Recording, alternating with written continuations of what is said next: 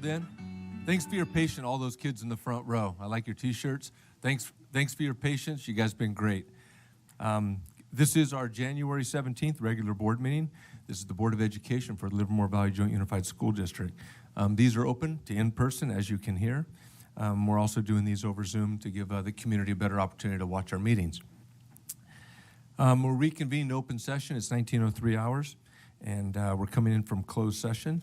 Be advised, these meetings are televised. They're on Channel 28, the great Tri-Valley TV, Wednesday and Saturday evenings, Monday, Friday, and Saturday mornings. We're going to start this morning, or this evening, with our flag salute. I've had 3 grandkids in my house for 3 nights in a row, so my days are upside down. So Mr. Fletcher, if you could come up, and the kids from Sunset are going to lead us in the pledge.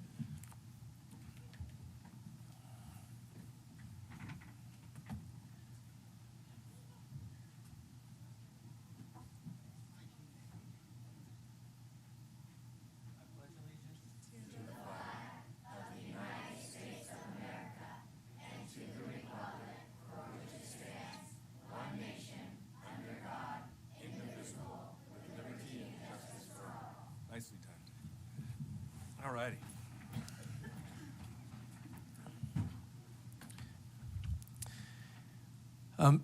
Some of you may have grabbed an agenda. If not, I'll kind of follow as we're following along. I'll let you know where we're at.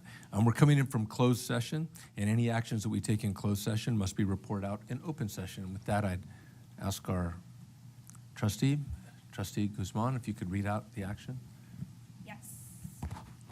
Good evening. In closed session earlier tonight, the board voted 5-0 to support the staff recommendation that A and B employees serving their probationary periods be returned to their former positions. Thank you very much. Just some of the housekeeping. I know we have a really full house tonight, and rather than count, the doors are back open. And if just in case we were to have to leave for any reason, there's also an exit here. There's 2 in the back and 1 through the lobby.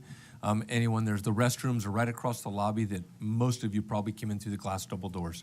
And so there's restrooms over there. This is the regular meeting of the Board of Education for Livermore Valley Joint Unified School District. Here our primary focus is on the education of the students, all of you and 13,000 others within our jurisdiction.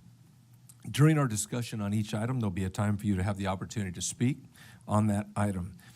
If the item you'd like to speak to is not on the agenda, please fill out one of these tan speaker cards like this and pass it up to one of the adults over on the edges, and it'll work its way over. And if it is on the agenda, please fill out one of these light blue ones, something like this. And I'll call you up under that section.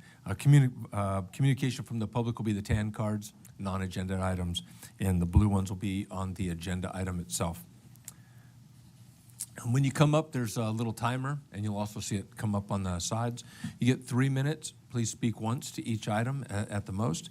And if folks agree with what someone's saying, rather than applause and being noisy, even if we're enthusiastic on either side of the spectrum, if you guys just put your hands up, the camera sees it, and it's way more effective, and we don't miss anything that's said because we really want to hear what people have to say, and we'd really appreciate that, and we do a really good job with that. And then when you get to about 30 seconds, a little timer comes up to remind you to kind of close it out on your public comment. And the reminder on this is Channel 28, and specifically they're Wednesday and Saturday evenings at 7 p.m., Monday mornings at 10 a.m., Friday and Saturday mornings at 0900. Moving into Section 4, which is changes to the agenda, I'd ask our superintendent, Mr. Van Schack, if there's any changes. Yeah, Mr. President, 2 formal board correspondences were received after the agenda was published, but before the 4 p.m. deadline the day before the meeting. A copy of the board correspondence has been given to each board member and will be included in the board clerk's summary. Thank you very much. And there's a whole bunch of kids here from Sunset, and they all have matching shirts, so I would imagine we have a recognition here. Very astute observation. Mr. Fletcher, would you come forward, please, and help us to recognize some outstanding Sunset students?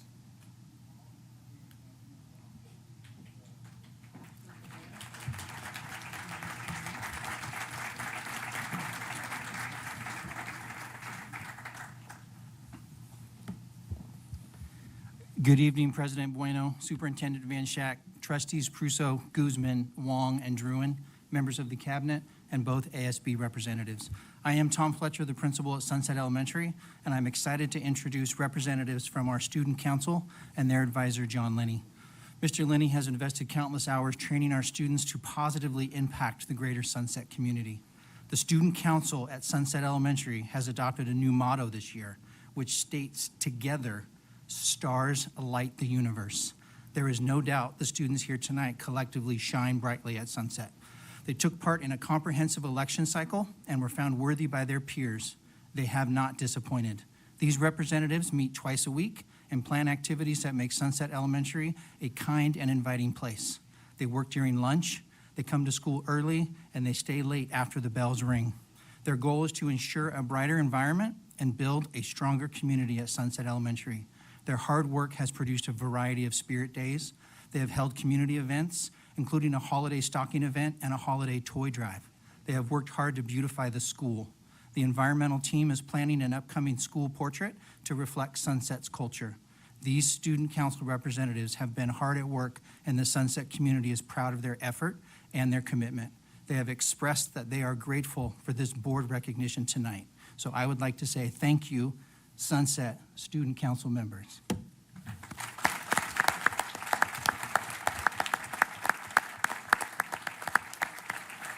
Mr. Fletcher, if you can have him walk around.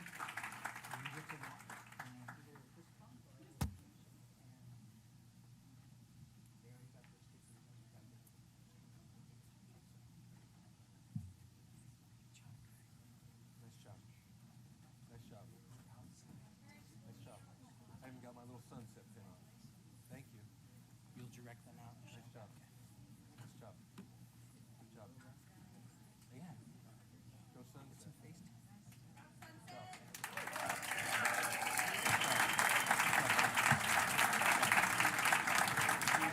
Good job, Mr. Manager. Nice job. Thank you.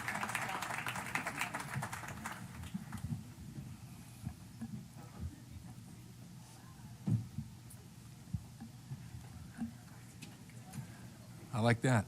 Now we'll give 1 second as folks are coming out. They're going to take a little picture outside.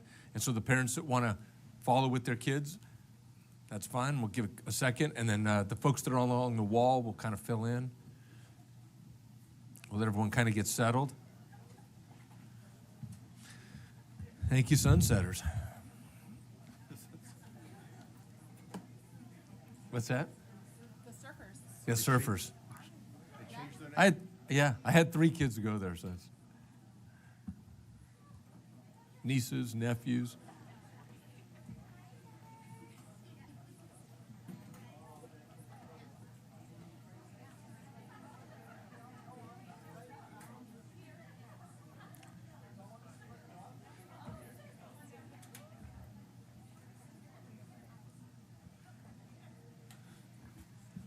Beautiful.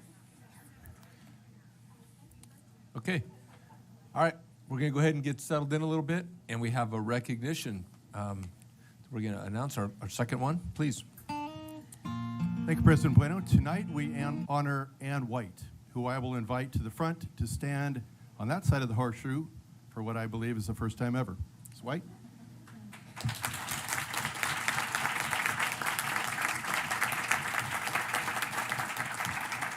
Perfect. Before we watch a short video of photos from Ms. White's career, I will try to put her 32 years of service into perspective. Mrs. White served 8 consecutive 4-year terms. She worked with 5 different superintendents, which is half the total we've had in the district's history. She was a trustee for the graduation of over 25,000 students from Livermore schools and worked on countless committees and subcommittees. She attended over 600 board meetings and helped to commemorate both the beginning and the ending of many storied careers in this district. She has participated in the highs and the lows of over 3 decades of this educational institution. She will forever be remembered as the district historian and for being a trustee committed to asking probing and challenging questions. Her years in this district span the transition to technology-rich, research-based instruction. Her impact on this district is difficult to define. We wish her the best and remind her that gone is not forgotten.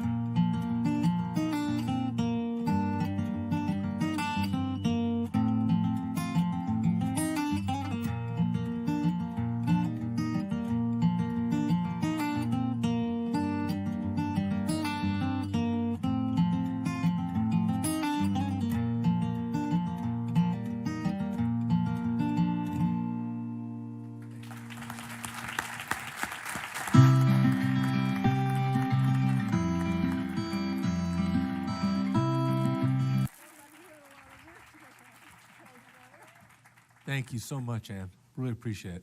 Wait. I have something to say. Oh. I have something to say. Yes, can I?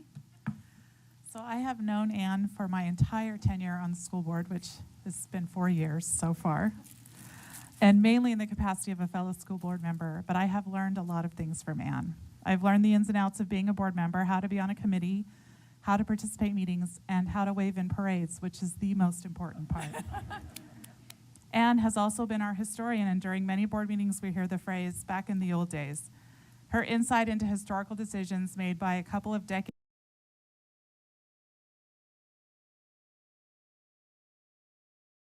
of boards and leaderships before us has continued a thread of consistency and a memory of the past. I would be remiss if I did not mention her personal qualities, her candor, humor, and ability to ask the toughest questions in the nicest way possible. We will miss Ann in our meetings, but we are already seeing her out and about in the community at events. She's a passionate citizen of our community and will always be a special part of our educational community. Thank you, Ann. Thank you, Trustee Caruso. Trustee Guzman? Thank you. That was a great show.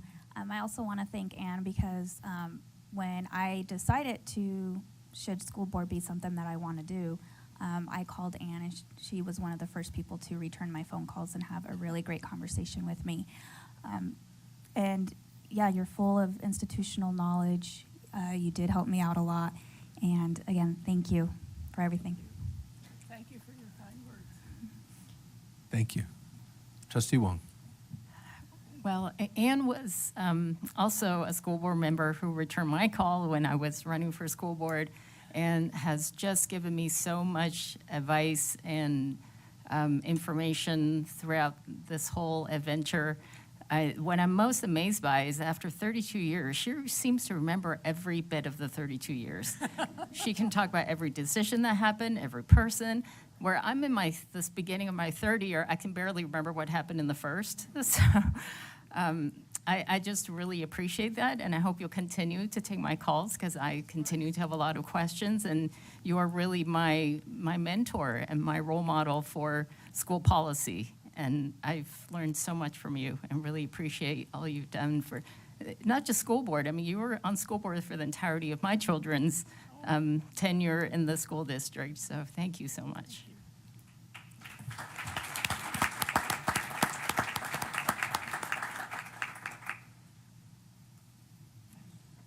Yes, please.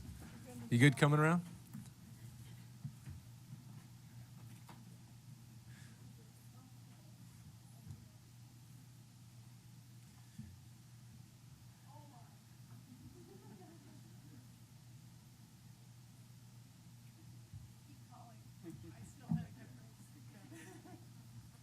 Remembering the why we did it and the issues of the why.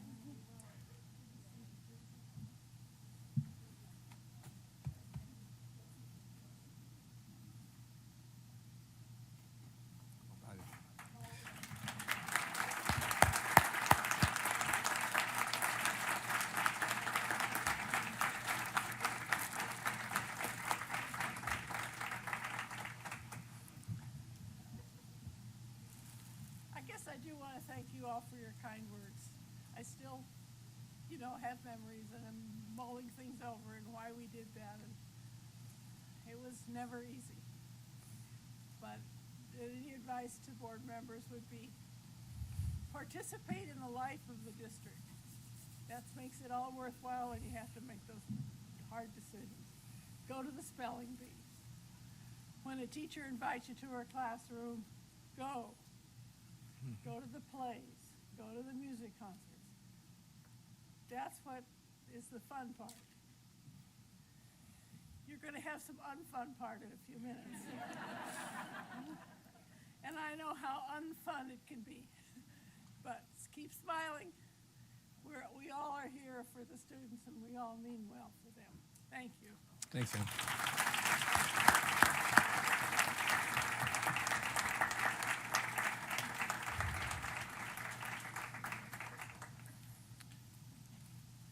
Okay, we're going to move into Section 6. This is our student board member reports. This is an opportunity of each of our comprehensive high schools, Granada and Livermore, for their leadership to come over and let us know kind of what's going on at the school. We'll start tonight, Livermore High School's Mackenzie Wary. Gotcha.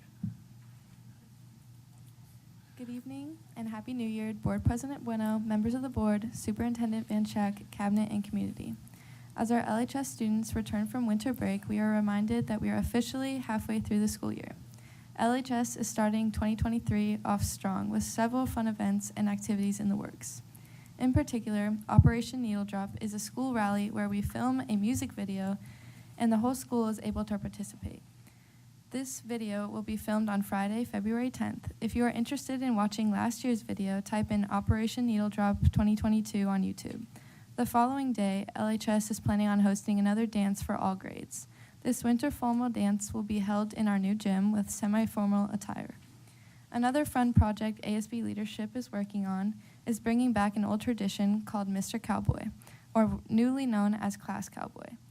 This is an event in which 12 seniors will be selected by their class to participate in a talent contest.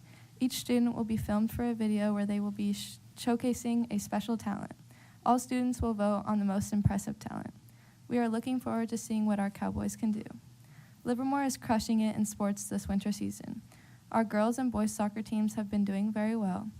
Our wrestling team is doing very, very great with a match recently at Amador Valley School and a tournament this weekend. Coming up is the Hunter Deemer Memorial Wrestling Tournament on Saturday, January 28th.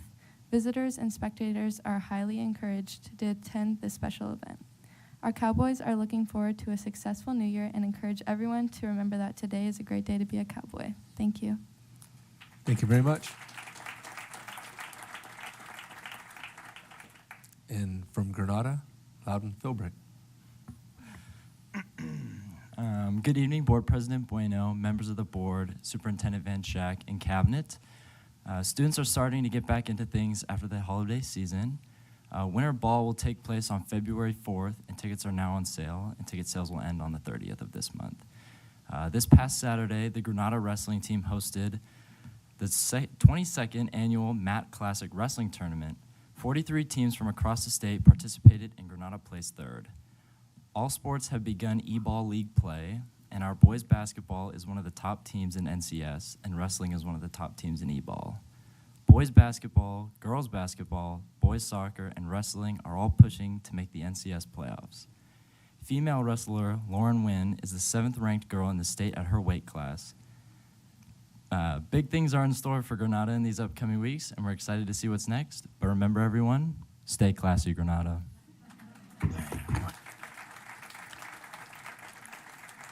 Thank you very much. We're moving to Section 7. This is Employee Association reports. Some of you may know what that's all about. So this is an opportunity. We're fortunate enough to have all our employees organized in the different groups. We have LEA and CSEA, SEIU, and there are confidentials. So I'm going to have, without any further ado, LEA's representative come up.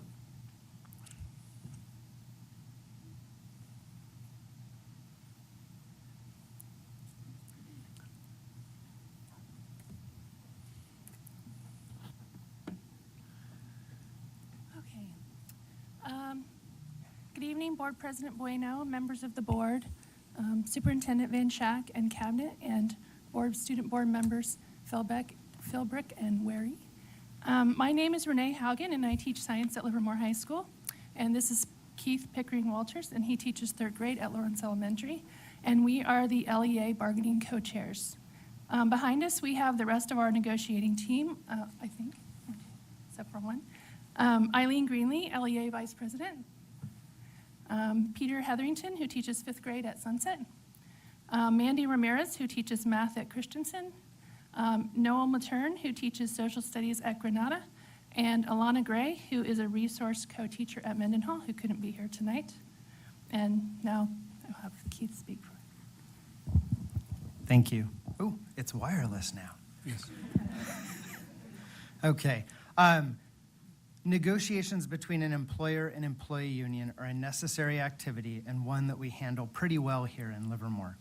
Impasse is never a goal, but nonetheless something that happens from time to time.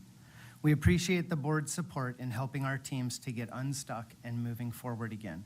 It feels like some progress has been made, olive branches have been extended, data has been provided, and the teams are set to meet again Wednesday, January 25th. Thank you very much for that. Here is something that we still need some assistance with. You currently support the long-standing goal of attracting and retaining teachers. 3/5 of you are new enough that the goal during the board's budget workshop, that you see the goal during the board's budget workshop and agree with it. But what does it really mean? To our members, what this means is a competitive compensation package. We hope that it has the same meaning for each and every one of you. This goal is not something just to keep on a list. We really need an action plan. What is the Livermore District's plan to attract and retain staff? Like, what is actually being done to achieve this goal? A new teacher choosing to work in Livermore will earn $96,886 less during their first 6 years than if they had chosen to start their career in the Dublin School District. That's a down payment on their first home. Please help us correct this imbalance with an action plan. Thank you. As a team, we do not speak for ourselves. We speak for more than 700 teachers, counselors, psychologists, speech-language pathologists, and teachers on special assignment who are the mind, heart, and soul of the Livermore Education Association. By speaking up for teachers, we also are speaking up for our students.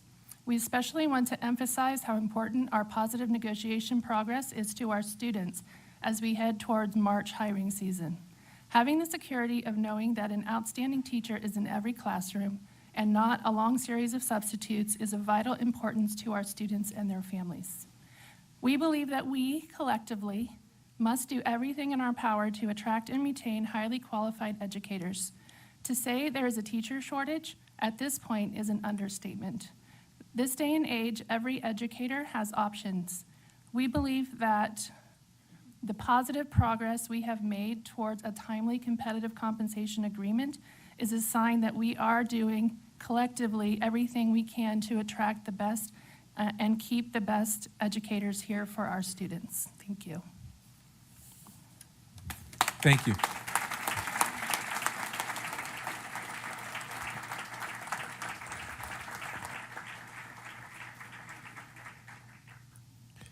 And because we have a full house, is Stephanie Wagner here with CSEA? Okay. And then she's the leadership president of CSEA, and Kirsty Governor is SEIU. I don't see her as well. And then we have Lily Lopez, who's with our confidentials. Moving into Section 8, which is communication from the public. Communication from our public is the time for the public to comment either in writing or verbally on any item that is not on the agenda. Now, we can listen to the comments, and we can ask staff clarifying questions following, but we can either discuss or take action on things that are brought up because they're not on the agenda, and this is in accordance with the Brown Act. So if anyone would like to address something that is not on this evening's agenda, now would be the time. I have a couple of cards here, and my apology, because I didn't have my glasses on, I saw community, and I thought it was communication, and that's for Joanne Morrison. You're good? Okay. Thank you. So our next one is going to be Jeremy Matern. Mr. Matern, Coach.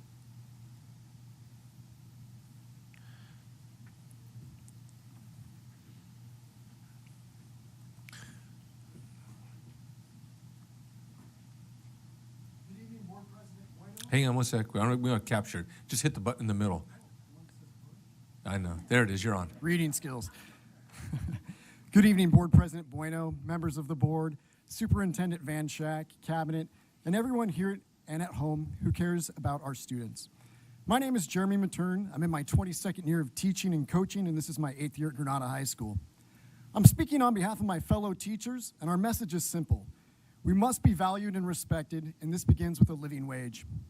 We know low wages and high cost of living are driving current teachers out of the profession and discouraging prospective educators from entering the field. On a positive note, we see that in districts with competitive compensation, schools are able to hire from a pool of qualified candidates and retain their veteran educators at a high rate. It's simple. When we pay educators a wage they can live on, we increase stability for teachers and their families, and of course, this translates to stability for our students. LVJUSD is ranked 14th out of 19 districts in compensation. This is a stain on our district. Why would anyone work here? We've been at the bottom for a long time, and over a career, teachers lose out on hundreds of thousands of dollars by working in Livermore. Many LEA members work additional jobs to mitigate this financial hardship. Let us be heard. Single-digit increases to the salary schedule are insufficient in creating equity for our employees. But still, I have hope. I'm excited to be in a room with people who care deeply about students, community, and all professional stakeholders. Everyone in this room knows teachers are the front line of serving students, developing both academic skills and providing social-emotional support. As a parent, I've witnessed Livermore teachers challenge our children to grow as scholars. Moreover, these teachers foster cooperation and responsibility. They help children navigate anxiety and stress. You, my colleagues, have life-changing impact. For everyone seated before me, you too have the power to make life-changing impact. I believe leadership will strive to create a salary schedule which exemplifies you care about educators just as much as your counterparts do in neighboring districts. A 10.9% increase to the salary schedule isn't about greed. To be clear, this won't even place Livermore teachers in the top 4 in the area. Dare I repeat, we're currently 14th out of 19 districts.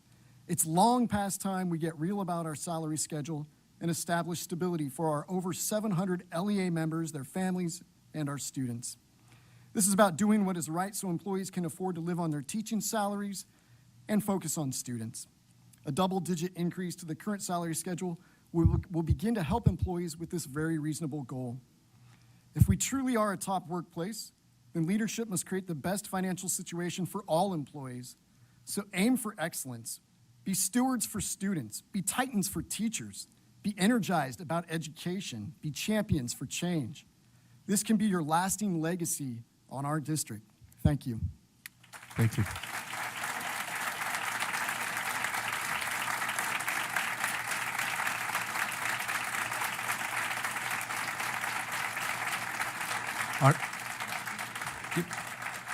Our next speaker is Tricia Gallagher.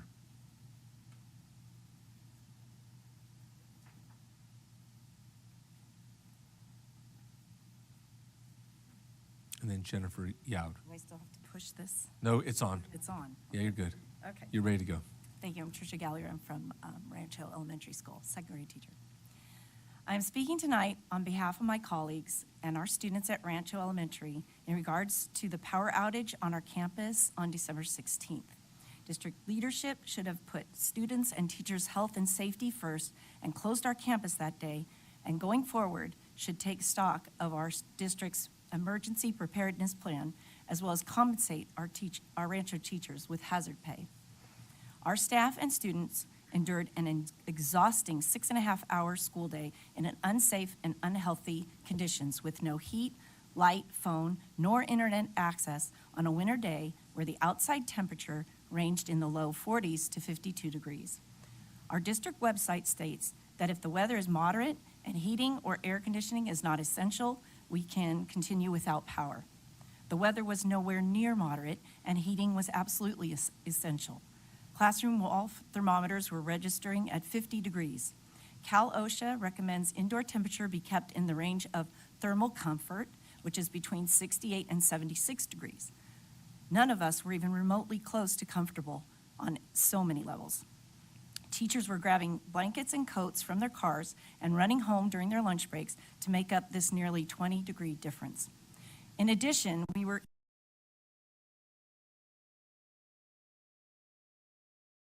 quite literally kept in the dark and expected to conduct lessons in classroom environments that our superintendent deemed not optimal. Quite the understatement. Children as young as 5, many of whom are afraid of the dark, were too frightened to even go to the restrooms, let alone be expected to work and learn. Emails to parents were stating that teachers were being creative and flexible, but it felt more like glorified babysitting to most of us. The children strained to see their work and needed constant comfort and reassurances from their teachers, who were completely cut off from access to their online lessons and, more importantly, phone and email communication. The inability to have any type of communication to and from a classroom should be considered frightening and completely unacceptable. No emergency lights, no security cameras operating, and no way to communicate if someone entered or left our campus unsupervised. This placed students and staff in an extremely vulnerable and unsafe position in the event of an emergency either within the classroom or beyond. Meanwhile, an email sent home stated, "This is the healthiest, safest decision for our students and staff." And in another from our superintendent to a teacher saying, "Schools are expected to be places of gathering in an emergency." I'm sorry, but the last place you would want to be in an emergency is one without heat, light, and an ability to communicate with the outside world. At the end of this grueling day, teachers were feeling dismissed, disrespected, demoralized. Going forward, we would like to see an updated emergency plan, compensation for our staff, and at the very least, a formal letter of apology to our Rancho staff and families. At Rancho, we strive to be kind, be respectful, be responsible, and be safe. The decision to keep our school open on December 16th was none of those things. Thank you. Thank you.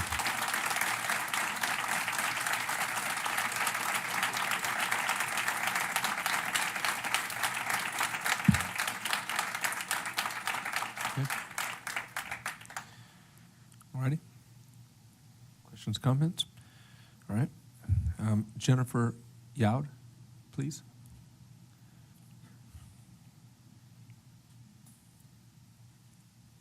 I'm very excited you said my name correctly. Thank you. Oh, thanks. Most people say Yud. Good evening, Board President Bueno, members of the board, Superintendent Van Schack, and Cabinet. My name is Jennifer Yaud, and I'm a middle school math teacher at Junction K-8. You have all heard the talking points about why we are asking for a 10.9% ongoing raise, so I do not want to repeat those details. I do want to let you know what is happening at Junction currently that perhaps could have been improved if we had a compensation package that was commensurate with nearby districts. In our middle school, we currently are still one teacher down for our dual immersion program, as well as a couple also in the elementary. Many students have had to endure sub after sub for many weeks, and our principal finally had to make a difficult decision to step in to teach these dual immersion middle school students, all while still being principal. Eventually, our administration has had to make the difficult decision to disband the DI core class because it was not sustainable for our principal to be doing two jobs. She continues to teach only Spanish to those students, so at least they are getting that part and it's not lost. However, the more robust DI program will not be taught this year. Unfortunately, this has negatively impacted our DI students and our program. This upset in schedule changes mid-year has also meant that all the core classes were being impacted with more students, upsetting a class balance. Core teachers are impacted because they now had many more students in their class, and students are impacted because their overall schedules are upset and changed. Furthermore, our amazing principal is still teaching in addition to being a principal, which has negatively impacted the whole school. My fear is that this situation will be more prevalent next year if our district continues to be placed toward the bottom of the surrounding districts. Why would a teacher choose Livermore when they can make so much more money nearby? With our country's crushing inflation and our placement of 14th for nearby districts, our current compensation is not enough to attract and retain teachers. On a more personal note, I'm getting close to retirement, and I have talked to my colleagues about the difference that it would make for us if we moved to a neighboring district who will pay more, as our pension is based upon the top 3 years of our salaries. This would impact not only next year, but the rest of our lives. Thank you for your time. Thank you.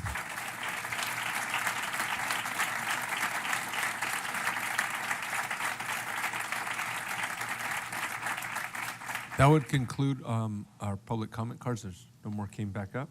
So thank you all for your comments. And we're going to move into correspondence. This is 8.2B.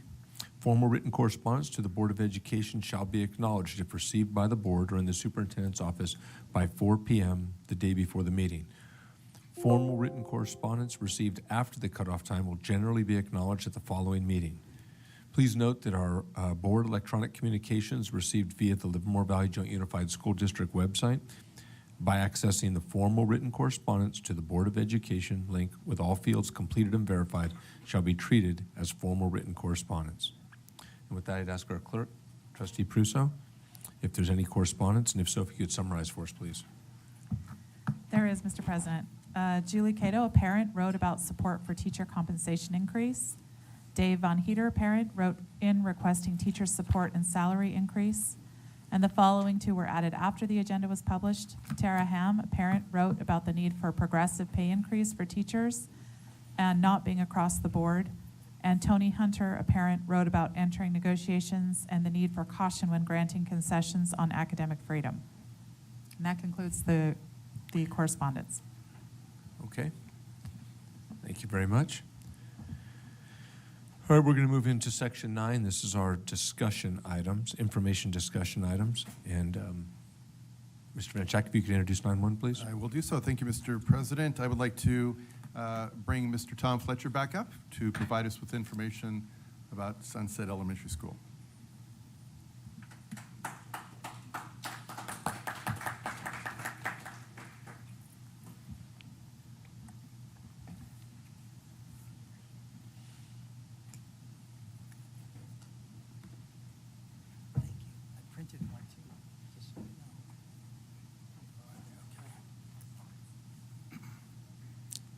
Good evening, President Bueno, Superintendent Van Schack, trustees, members of the cabinet, and ASB. Thank you for the invite this evening and the opportunity to come share a little bit about Sunset Elementary.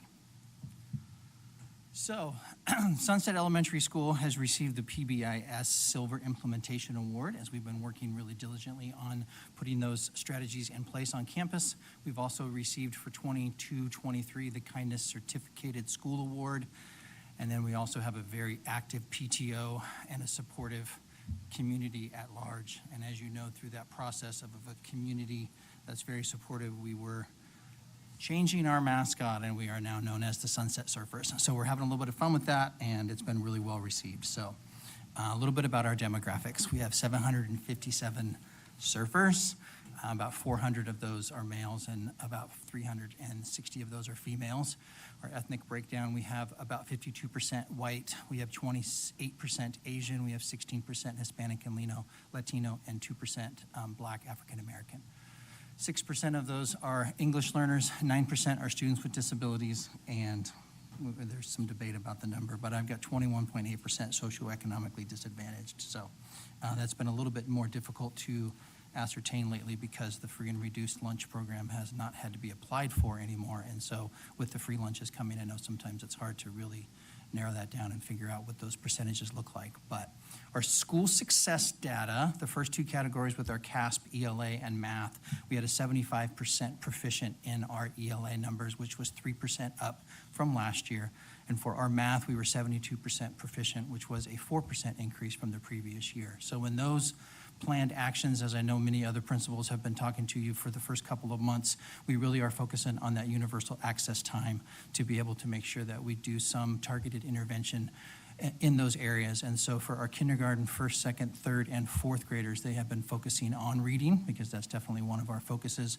But because our scores were pretty good in fifth grade, our fifth grade math has chosen to use their universal access time to focus on math. So it's been kind of nice to see both subjects approached at a site in a couple of different ways. So that was nice. The attendance rate, we're now back up to 95% average daily attendance. As you know, with COVID last year, with the coming out of the pandemic, we were chronic absentee somewhere in the 72%. So it is nice to see those numbers getting close to where they were pre-pandemic, but we continue to work with our CWA and work with the community and just make sure that there's some connection there, that kids are really feeling supported at school, which leads to the Panorama Student Reporting Positive Connection category for our student success.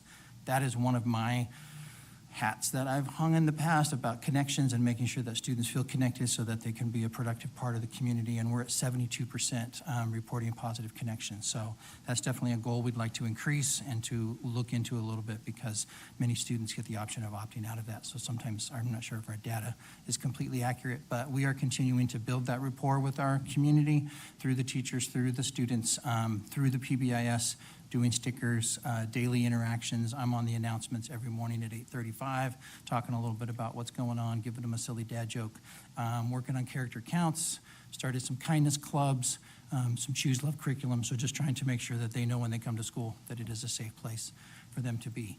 Our EL student progression, we're up 62.5% of our EL students are progressing at least one LPAC level. We do have a built-in ELD instruction, 30 minutes during the week every day, and we've rebuilt our ELAC team this year. We have some new volunteers and a couple of teachers that are pretty passionate about the ELAC program, so I was excited to get them involved. Our office referrals, as you'll see a little bit later on, in the inclusion of the Swiss system to be able to track those is something that we did this year. So based on what we could ascertain from last year, we had 32 office referrals, which coming out of the pandemic and students really being excited about being at school, we were really pretty pleased with the behavior overall last year. So we're going to continue to focus on that and track those through our Swiss program this year with the official written referrals. So our fluency at the end of third grade and at the end of first grade, we focus on that, 87% fluent on their final third grade assessment, and the same percentage for the end of their first grade percentage. So we were pretty pleased with that, but obviously want to improve upon that. So we have 2 reading intervention specialists that do pull out reading and do some targeted intervention with them, but we also are using, like I mentioned earlier, K through 4, the reading intervention through that UA time. So that's been real successful and very well received by our staff. So the projects for this year, we're obviously continuing to focus on kindness through the PBIS program. We are developing strong PLCs at the grade levels, which would be the teacher-driven component where they are in that professional learning community and they're planning together and they're dialed in on what they're delivering, which then impacts the UA time as we're increasing that effectiveness to meet the needs of all of our students. So it's a nice combination for them to be working together. Pre-COVID, there was some coffee chats last year. Those kind of went away just because not being close contact, obviously concerned about spreading the virus, and so the coffee chats kind of went away. So something I would like to do, PTO has termed it maybe tacos with Tom. I don't know if that's really going to stick, but the idea is I want to make sure there's a platform and some intentionality in connecting with the community. So whatever we do, whether it's biscuits with the boss, not everybody's a fan of what's going on TV nowadays, but we'll do something in that regard. So we want to implement, like I said, the Swiss program has been really easy to use. It's been nice to track. If we're having a lot of our referrals happen during certain times of the day, then we can be more focused on making sure that we diffuse those and get some support where we need it. And then I do a weekly newsletter on Friday, one to the staff and then a separate one to the parent community. So with just communication and updates and things that are coming up, run to the flagpole, all the other things that we're doing through PTO, et cetera. So that's kind of where we are in Sunset, but I know you may have some questions for me, so. Thank you very much. Yeah. We'll start with Trustee Druin. Thank you so much for your work. I just wanted to say regarding PLCs, you had said that it was teacher-driven, and I think that that's absolutely essential. I think when we're talking about teacher retention, treating teachers like professionals that have problems and giving them space and time to collaborate to address those is important. I think when I was at Tracy Unified, we started with teacher-driven, and then there was the push to try and, can we link this with district? And it's when you take the kind of emphasis away from teachers, then it becomes something different. It becomes work. But if it's me asking questions about my practice, then I think that that's really important. And if you can push them to move outside of grade level and work different grade levels, because not all teachers are in grade levels. So. Right. No, that's very cool, and I'll just tag on that a little bit. I know that as we redefined PLCs, I think over the last 20 years we've heard the term, but I think we might have forgotten a little bit about what it was. It's not just time to hang out. So the district really provided that direction, and they gave us the release time, and they gave us some direct goals, so that was really appreciated by the staff. Yeah. Thanks. Thank you, Trustee Druin. Trustee Pruso. Yes, thank you. I am excited about the surfers. I think that was a great move to make the switch. And I didn't get a vote on that, but that was my vote. Awesome. Yeah, I think we were given the list, and that was mine. A couple of questions. First of all, I've been kind of asking this, but I'm curious. Looks like you have, for the office referrals, you have 32, which doesn't seem like a lot, but I don't know. How is the behavior this year compared to last year? And is it improving? Yes, and I think it is, and I think I'm a perennial glass half full kind of person, right? So even last year, I felt like it was phenomenal compared to some of my colleagues, right? Just the routines getting reestablished, coming back out of the COVID situation. This year, we are really tracking it. We're a little higher than 32, but the vibe at Sunset is a lot of teachers have been handling disruptions, and I really appreciate that, but sometimes they were diffused and that was good, but I didn't have a referral and there was still an issue. So this way, at least it gives us a better breakdown, but there seems to be less of just the meanness in general and less of that across the board. And I think there's more routine in place and kids seem to be really excited about coming to school. Good. I feel like they're starting to get a hang of being in school again. Yeah. And then just a question on the universal access time. I think what you said is you're doing literacy for first through third grade? K through 4. Oh, K through 4. Yep. And then fifth grade, they're doing math. Yep. So, okay, because some of the other schools are doing math, but it looks like you guys, okay. The district was nice enough to give each site the ability to own it. Yeah. And so our fifth grade, looking at their data, they're like, we really feel comfortable with our literacy scores. So Yeah. if we could focus on math, and I'm like, yeah. And so Linda has been great. She's been coming out and working with them. Miss Melendez too. Yeah. So it's been really, That's really great. helpful. Yeah. Okay. And then just one last thing. If you do tacos with Tom, let us know. Okay. I love tacos. You're definitely always welcome, but I will let you know. Thank you very much. Trustee Wong? I don't have additional questions. I just want to say that you're very popular with the Sunset community, whether it's students, parents, or teachers. I hear rave reviews all the time.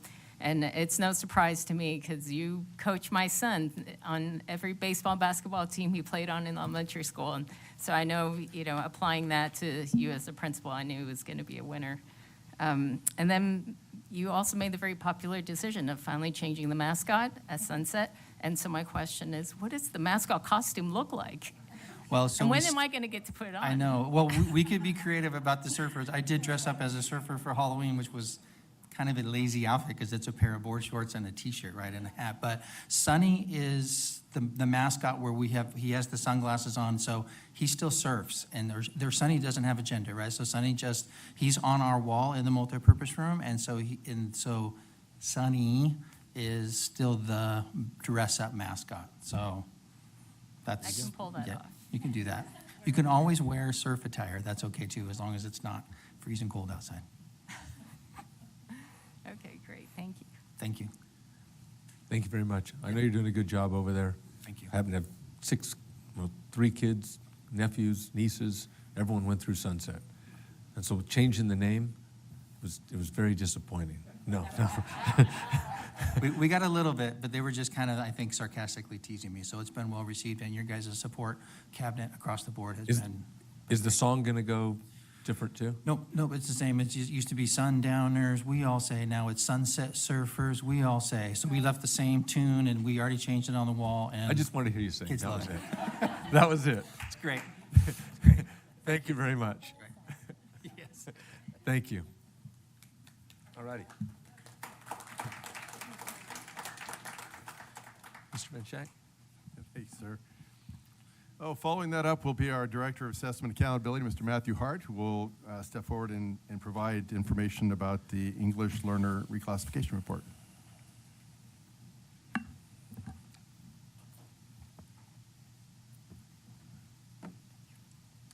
Good evening, Board President Bueno, members of the board, student representatives, Superintendent Van Schack, members of cabinet, members of the community. My name is Matthew Hart. I'm the Director of Assessment and Accountability.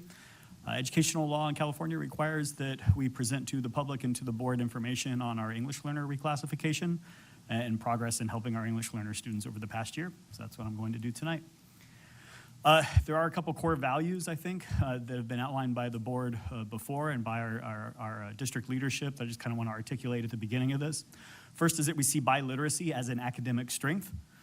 Certainly, students who are able to become biliterate statistically in general achieve at higher levels than students who are literate in one language. So certainly biliteracy is an academic strength we are aiming for. Our English learners as future biliterate students are an incredible resource because of that future strength. So our goal that we've kind of adopted this year is to make sure to help all English learners achieve biliteracy within 5 years of their enrollment within the district. So just some information about the English learner classification process. When a a student enters the district, that student is classified based on a home language survey. The parent information given there determines whether or not the student will be tested. So the types of classification that come out of that home language survey and then the potential initial LPAC testing would be a student might be classified as English only.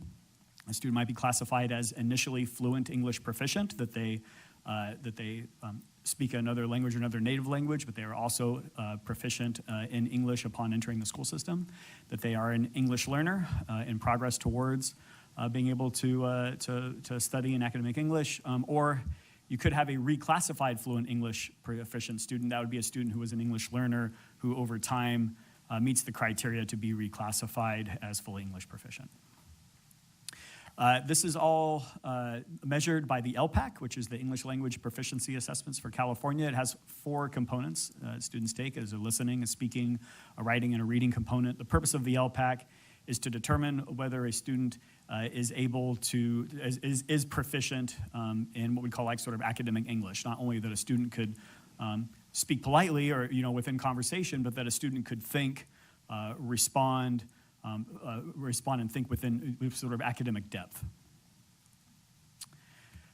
So there, I'm not going to read that whole slide, of course, but those are the proficiency level descriptors. Essentially, just, the students are sort of judged 1 to 4 on the LPAC, and students need to achieve level 4 as one of the criteria for reclassification. Our local LVJUSD goal is one LPAC level of progress for each student each year, for each EL student, right? So if a student is level 1, we would expect within that 1 year for a student to be at least at level 2, right? 2 to 3, and of course, sometimes students do jump multiple levels as well. What I have given there is just a small table indicating progression of at least 1 level. So our local goal is at least 1 level of progression for each student each year. What we have last year, progression of at least 1 level, 30% of our students made progression of at least 1 level, total of 255 students. 52% of students remained at the same level, 458, and then there were 156 students that regressed to a previous level, say going from 3 to 2 or 3 to 1 or something like that.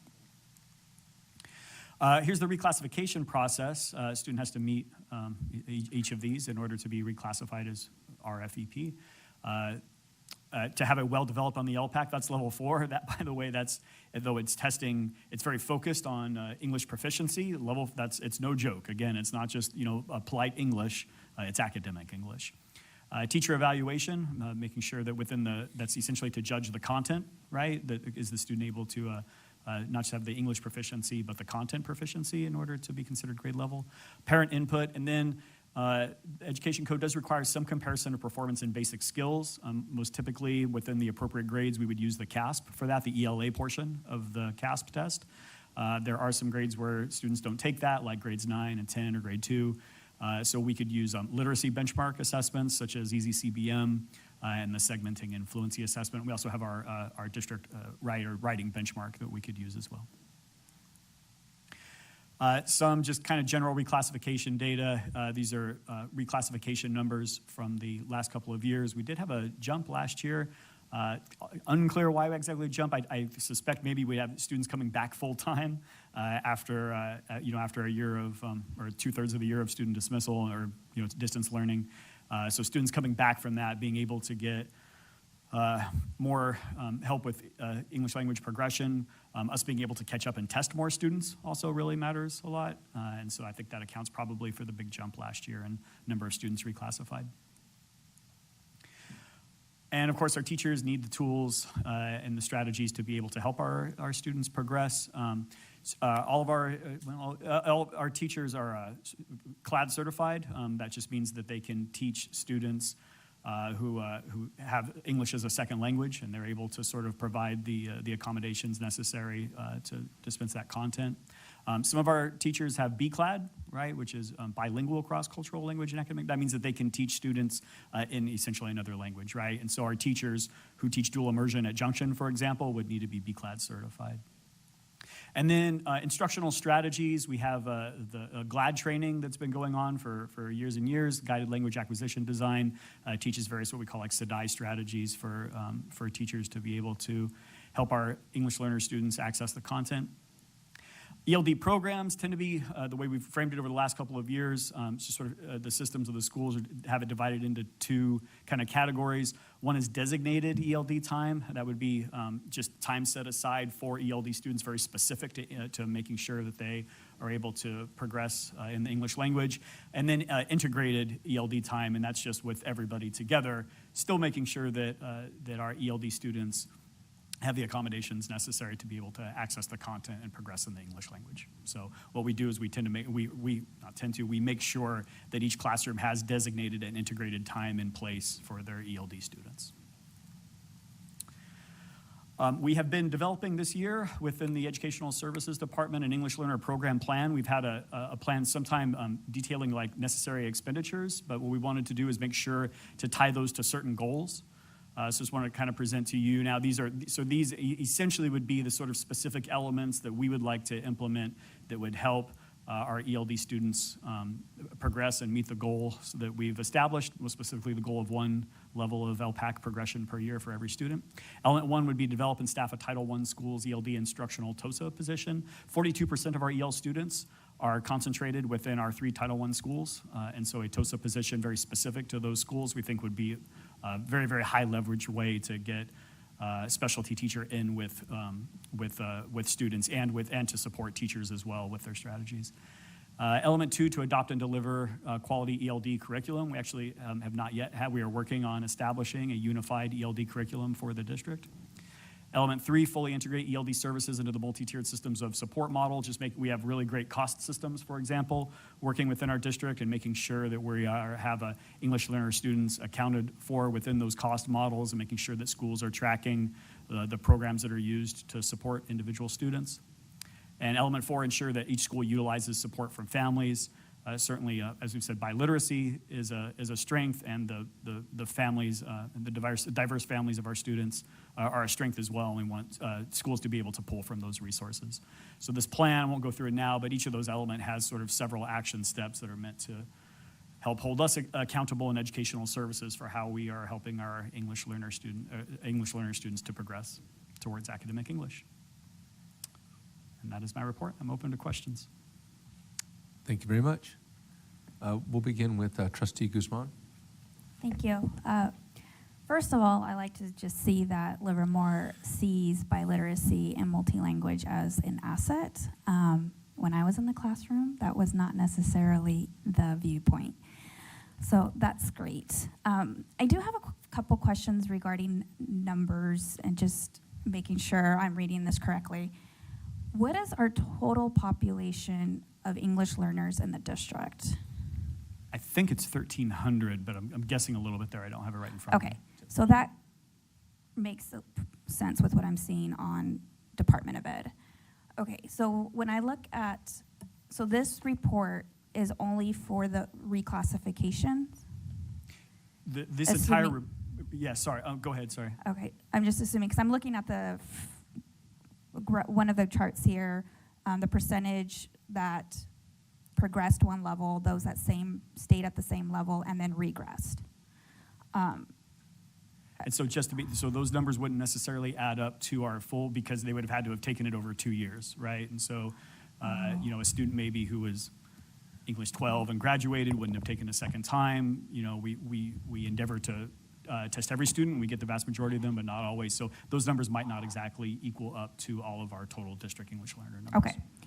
Okay, and then those that regressed those students that potentially regressed to a previous level, is it possible that some of those students were once classified as fully proficient level 4 and then perhaps went back? It is, once a student is reclassified, we then have to continue to check in with that student over the next couple of years. Like 2 years? Okay. Yes. It is possible for a student to sort of then become an English learner again, but that hasn't happened within this district that I know of. Okay, I just realized I was using reclassification incorrectly. Oh, no okay, got it.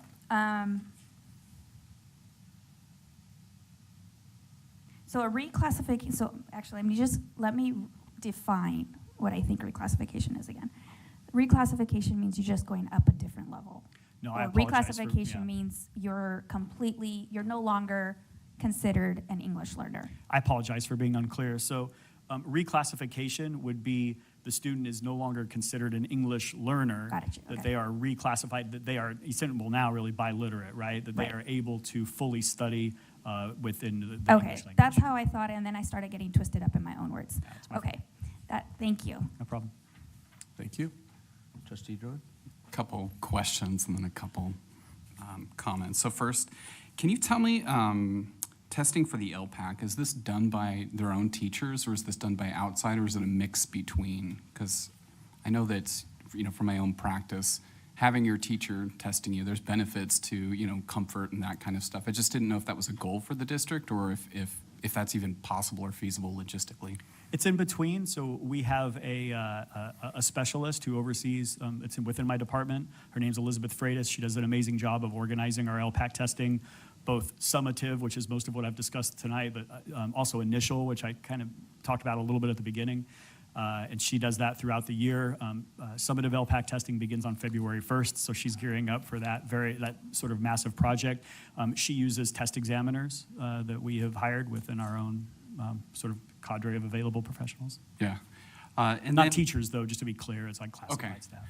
Yeah. And then in the process criteria, I've never been very clear about teacher evaluation. So we have the, getting a 4 on LPAC and then teacher evaluation. Is that like a standardized, does the district have a standard measure for what teacher evaluation looks like? Or is this just kind of general input from the teacher about how they're doing the class?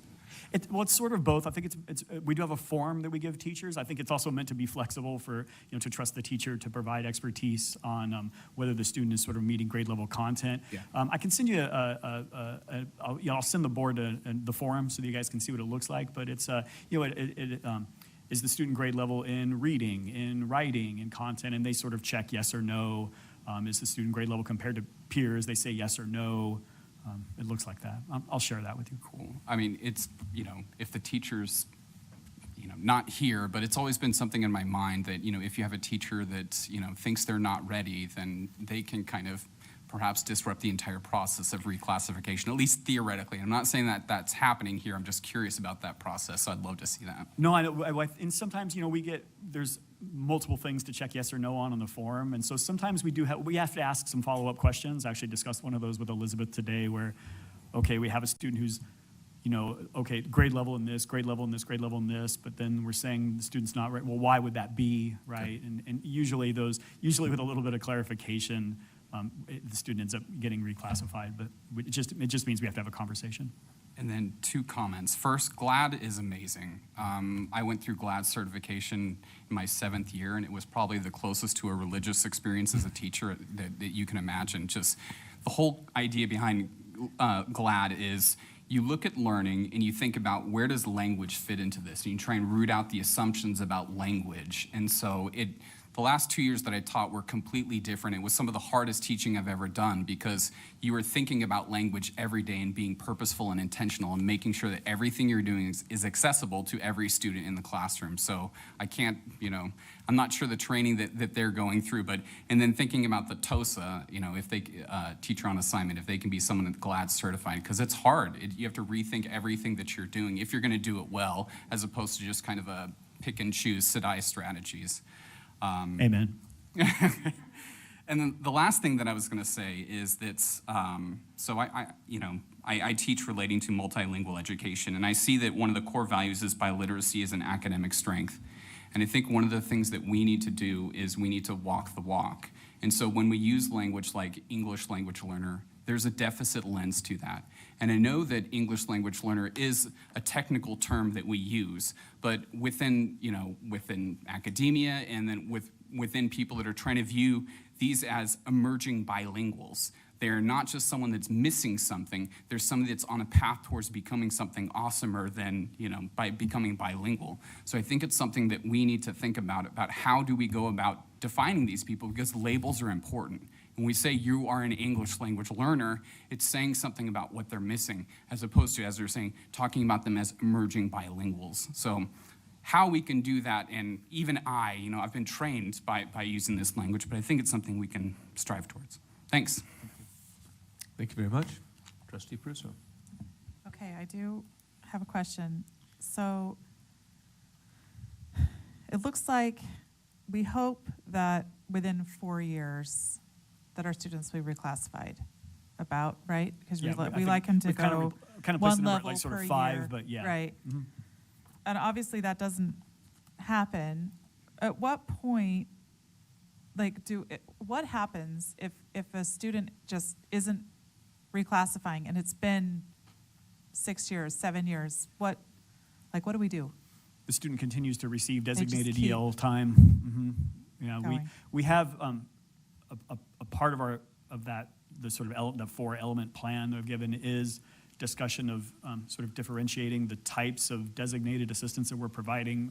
So for example, we're looking at the possibility of a newcomer, an intensive newcomer course for Okay. students who are. Especially if they're older, right, when they come in, or? Yes, yeah, exactly. And then on the other side of that would be what do we do with what are called our LTEL students, our long-term EL students who are Yeah. 6 years or more. Can I add something to that? Sure.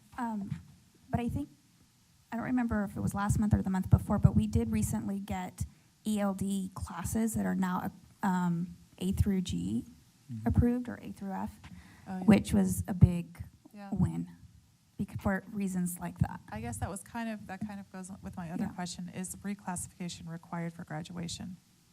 No. No, okay. Thank you. Thank you very much. Trustee Wong.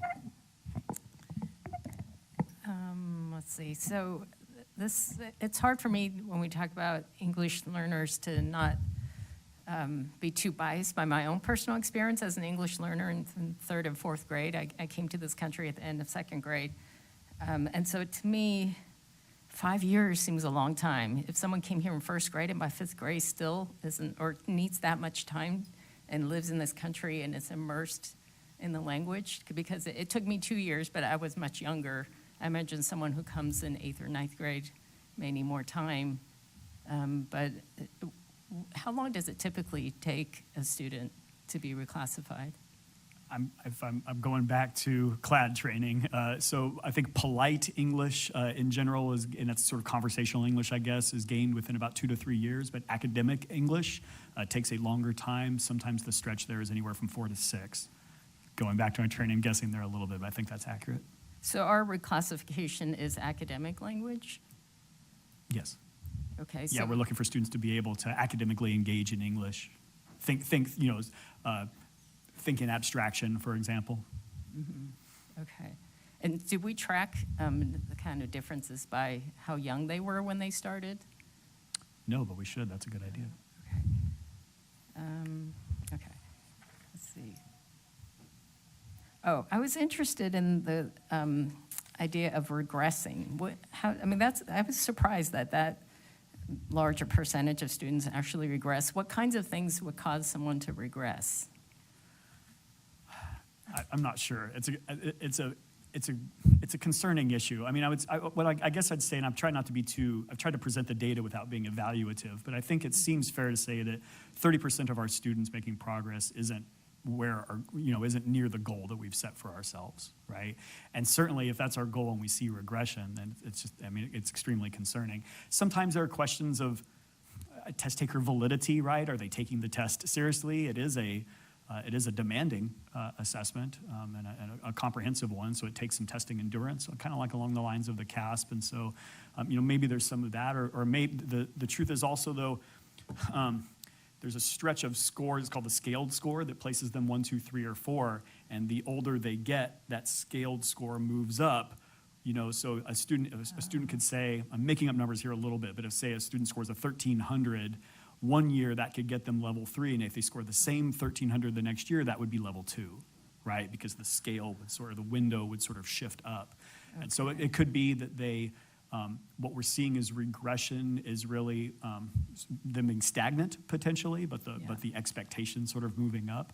So there's a couple possibilities there. Okay, that really makes sense. Now I get it, yeah, because I couldn't understand how you could regress in language, but that makes sense. Okay, thank you. Thank you very much. Oh, one more follow-up. I have a follow-up question based on this conversation. I would be interested to see how many English learners do we have in special ed? And the rationale for that is, one, I don't want our special ed to be over-dominated, but I've been in other school districts where we see students that don't progress, and the constant excuse or given is, well, it's a language ability. It's a language ability, when really it could be a learning need or disability, and that's not being addressed because we're waiting for the language to catch up. So that is something I would be interested in seeing. Teasing out the, Right. the major thing that sort of needs intervention or remediation is certainly a concern of ours, and I know an important issue for Frank Salvaggio, our Director of Special Education. In general, English learner students are overrepresented within our special education numbers as relative to their population within our, as compared to our mainstream students. And So they are currently overrepresented. overrepresented. Correct. Okay. If So I then, can jump in on yes. that, Trustee Guzman, I do want to share that Ms. Tashira, who's our coordinator of special ed, and Carla Estrada Hidalgo, who is our coordinator of ELD, they've identified this as an area for us to be focusing on.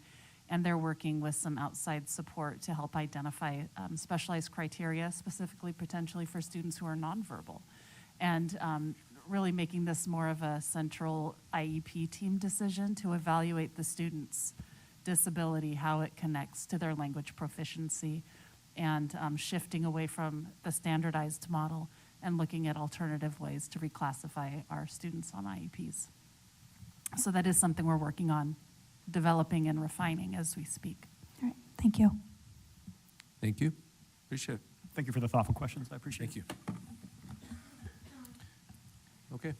So our next item is a Measure J program update, and presenting this evening will be our bond director, Ms. Kim McNeely.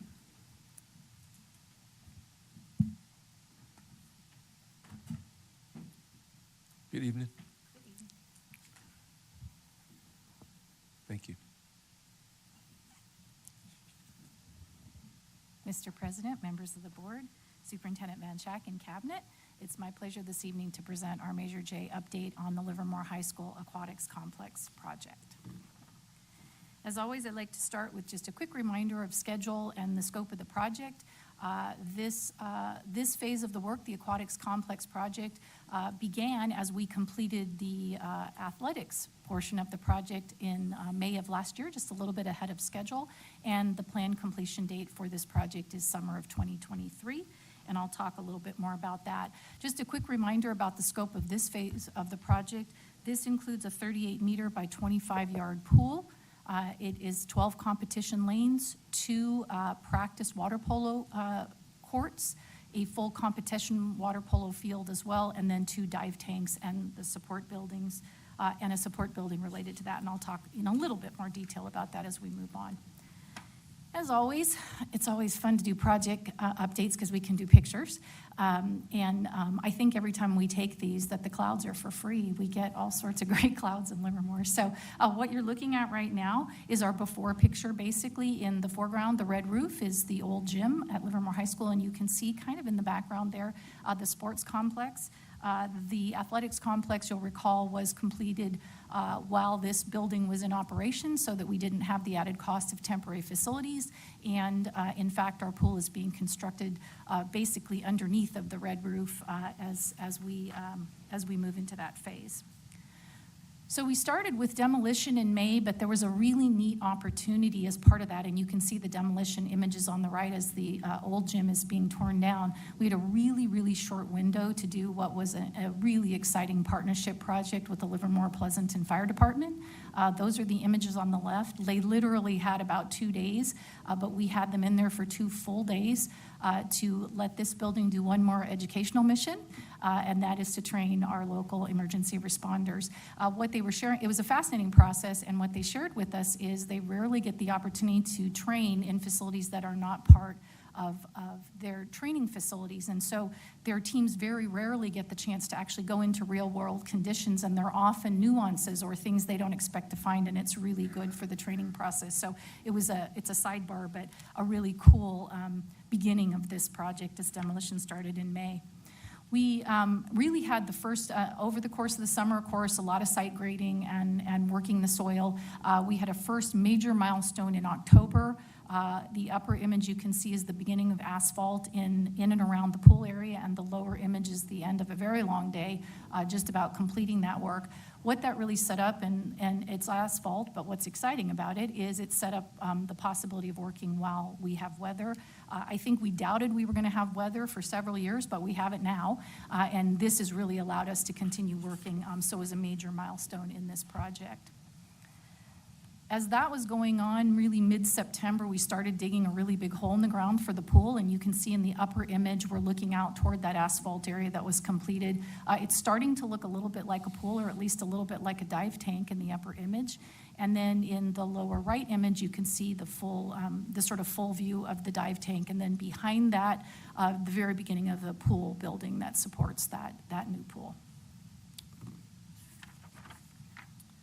So pool rebar really went in immediately thereafter. Most of November was devoted to putting rebar into the pool, and you can see at some points it almost looks like, where is the concrete going to go? There's so much rebar in the structure of the pool, but all necessary to have the pool perform long-term successfully.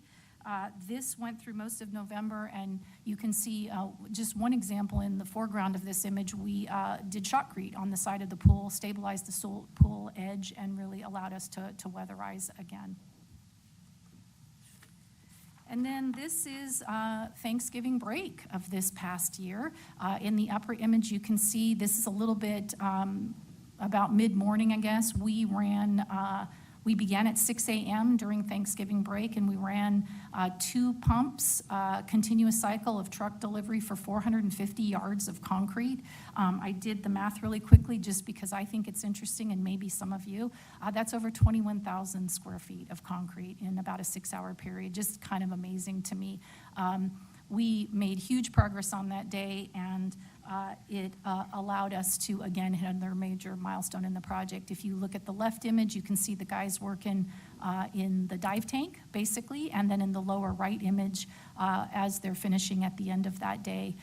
One of the other advantages of this, when it happened, this is the end of that day. You can see final finish work. This was all done over Thanksgiving break, which really kind of eliminated the disruption to instruction and really supported the continuous cycle of trucks through the site is really disruptive. And so it was really nice to be able to get that in. So a kudos to the site management team who really worked to get this date over the break. And then another thing that happened shortly thereafter, again, you can see the concrete from this angle, but in the foreground, just behind the blue fence, is our Murtha Pool. Where that came from is the temporary lot on that campus. Because we've had significant supply chain issues over the last couple of years, again, the on-site team made the decision to order this pool very early in the process and store it on site so that that wouldn't in any way impact schedule. And it turned out to be a really terrific strategy. In the next image, you can see that the white lining of the walls, that is the Murtha Pool being installed in. That activity will go on through most of January. It began in early December, and then you'll see in the next month or so the beginning of backfill of all that material. This is identical to the pool at Granada High School, but if you look to the left, you'll also see that the pool support building is about top course a block at this point. Within the next couple weeks, you'll see structure going in and roof going on that building. It again has all of the elements of the Granada High support building, all of the infrastructure and equipment to support the pool, storage space, changing facilities, restrooms, showers, but the additional feature of this building is an office for the pool coordinator. So that coordinator will work out of this office but support both of those facilities from here. As always, we've updated the matrix, and once we present to you, it will be updated on our webpage so that the community has the latest and greatest information about kind of what's going on and the status of work that we're doing. That's all I have to say this evening on the high school project. I thank you for your time, and I'm happy to answer any questions. Thank you very much. Trustee Pruso? I do have a question, but it might not be for you. It might be for someone over here or somewhere. My question, I know we have Herb who's managing the pools. Right now he's managing one pool at Granada, and I know it's been super helpful over there. And I know that the PE teachers and the coaches have all talked about how great it is having him. Is it going to be challenging to add an additional pool? Do we need extra staffing, or is that something that he'll be able to manage, the two pools? I know he doesn't have an office at the other pool, so I was happy to hear that he will have one here. I guess we don't know. He believes he'll be able to manage both schools without a problem. That was part of the initial ask for him coming in. I mean, he's been managing one pool and also doing prep work for the other one, so it certainly has taken up additional time. But no, he's very confident he'll be able to run both pools. Yeah, I think he's been doing a great job. We've been at the Prusso household. We're very, very interested in the completion of this pool, so we're excited about it. We've been spending a lot of time over at the Granada pool this last year, so we've seen a lot of her. But okay, thank you. Thank you. Trustee Wong. I thought you were going to ask if they can name the pool after you.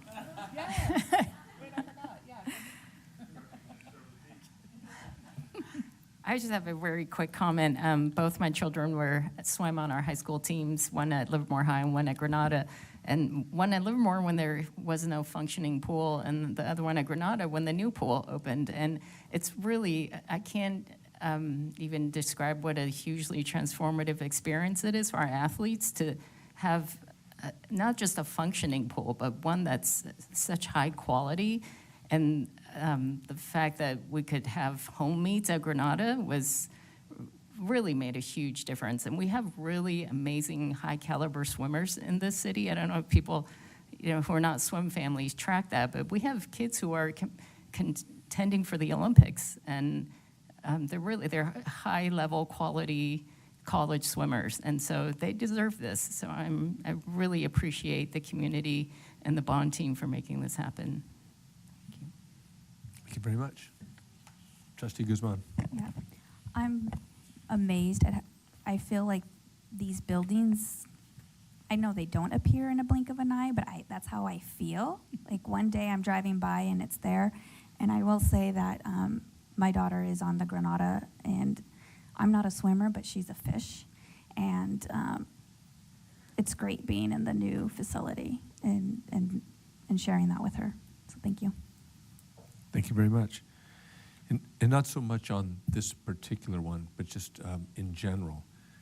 It's mentioned subtly, I just don't want it to be lost in the detail. There's a lot of foresight here, and the foresight comes from judgment and experience, and you're running that department. And it was, when you say to put asphalt down because the weather's coming, that takes foresight.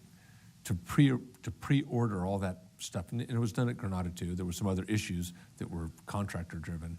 But to order those things in advance so that they're on site, because there's supply chain shortages and whatever, and you have them on site, that takes foresight.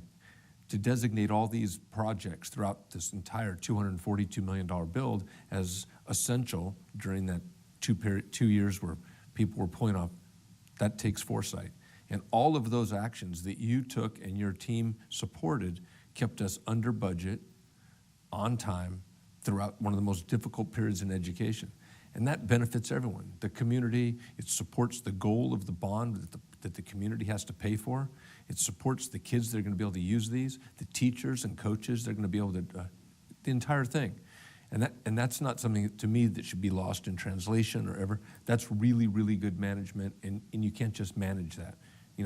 If teachers have good outcomes, it's a good teacher. And as a director, you've done a phenomenal job on this. Really, really good job. Really appreciate it. Thanks.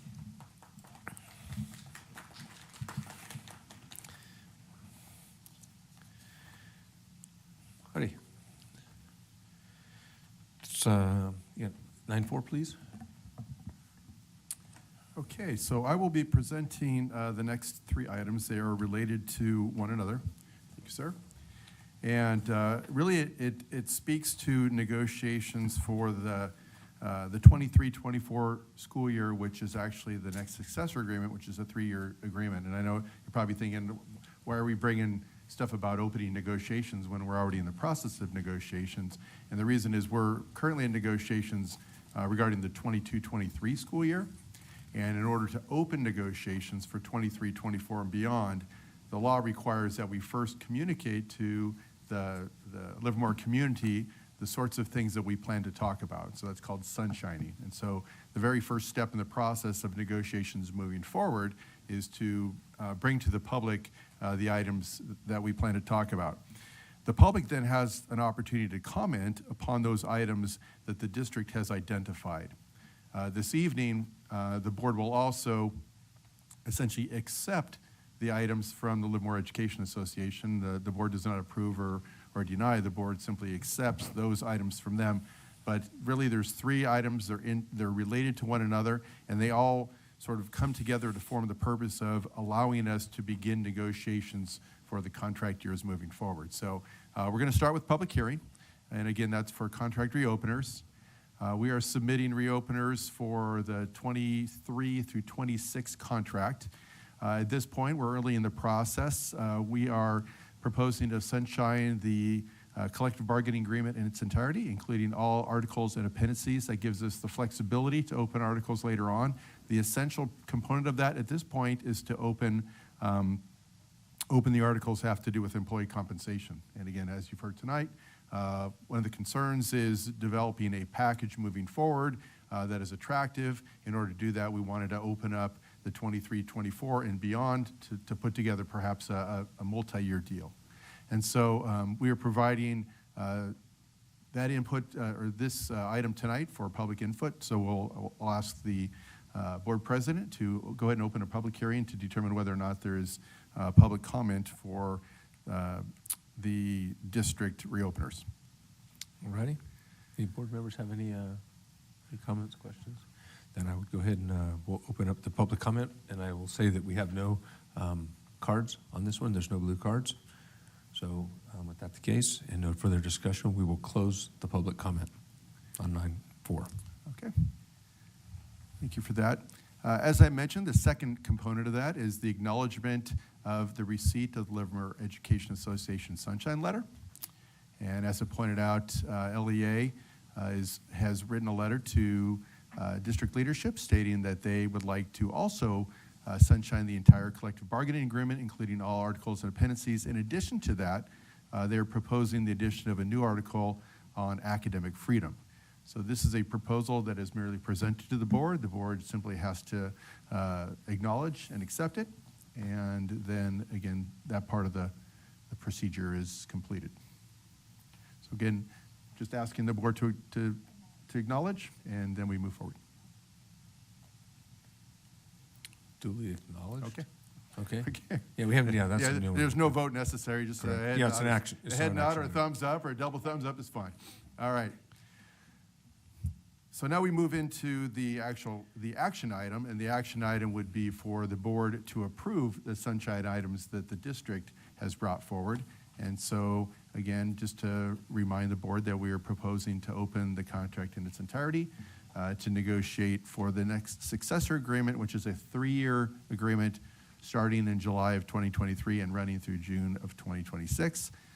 Superintendent's recommendation is to approve Livermore Valley Joint Unified School District sunshine items. And with that approval, we can begin the formal process of negotiating a forward-moving contract. Okay. Any questions? I have a question. Yeah, Go ahead. I have a question.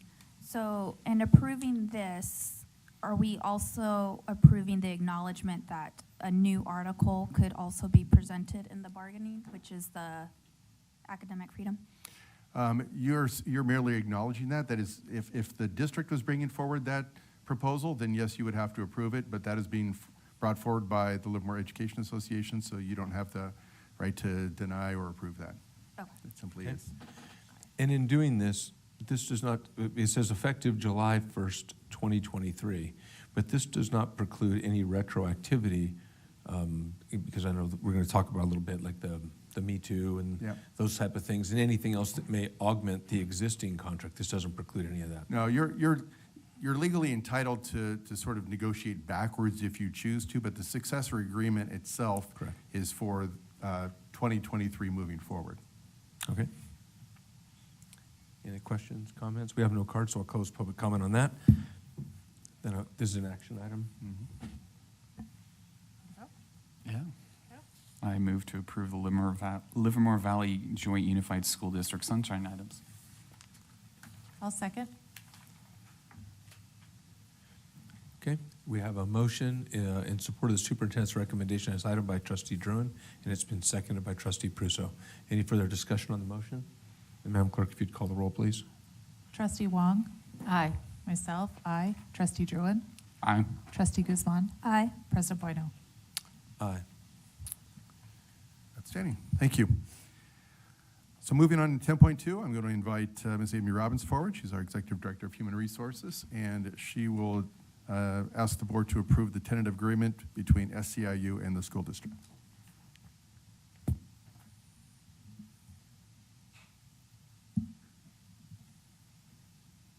Good evening, Board President Bueno, Superintendent Van Schack, and members of the board.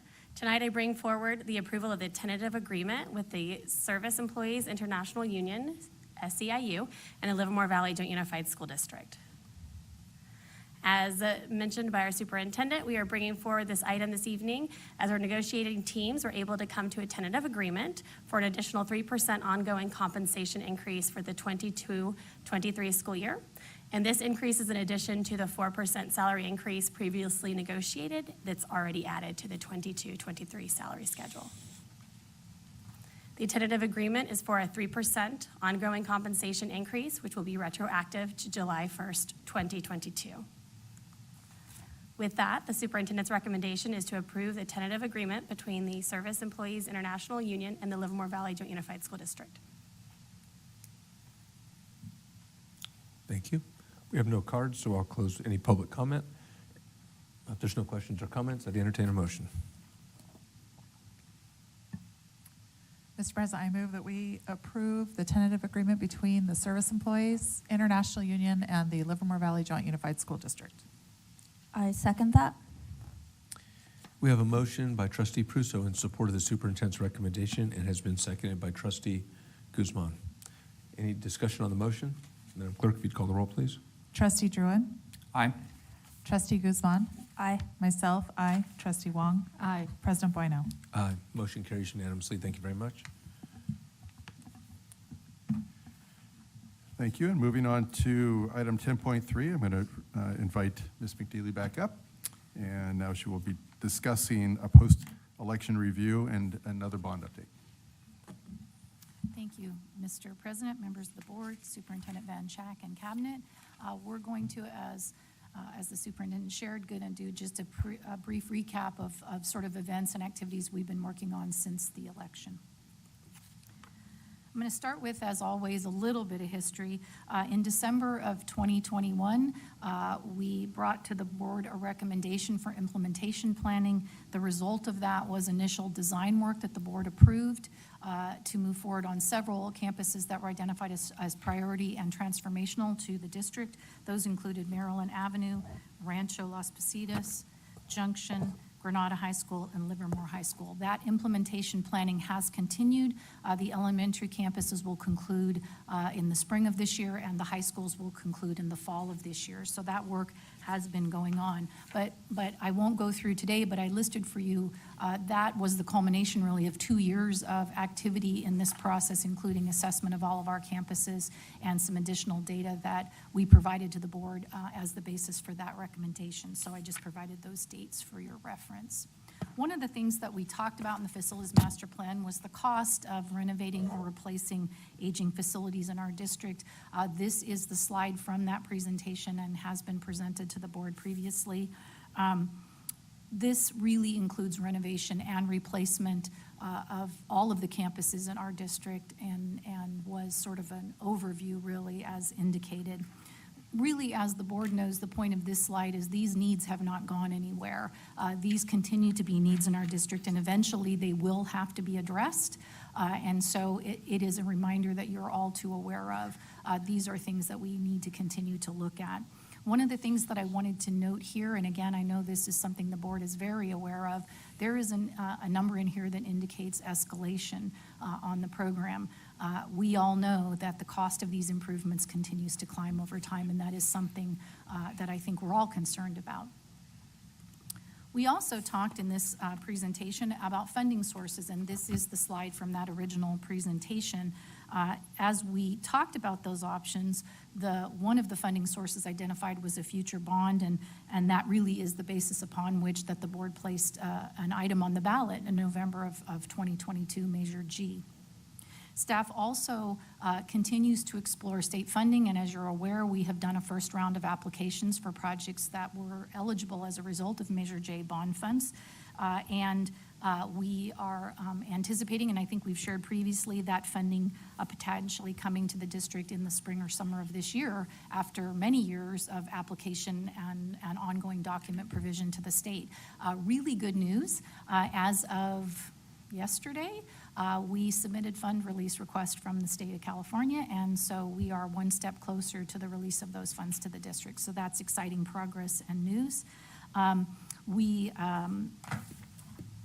So we are planning to, as a result of that anticipated funding, bring a recommendation forward to the board at a future meeting with regard to the use of those funds in a project that we will recommend as a staff to the board. So that's something that will be coming your way. We have also, as a team, our business services team, identified another funding source that is available to us, a tax-exempt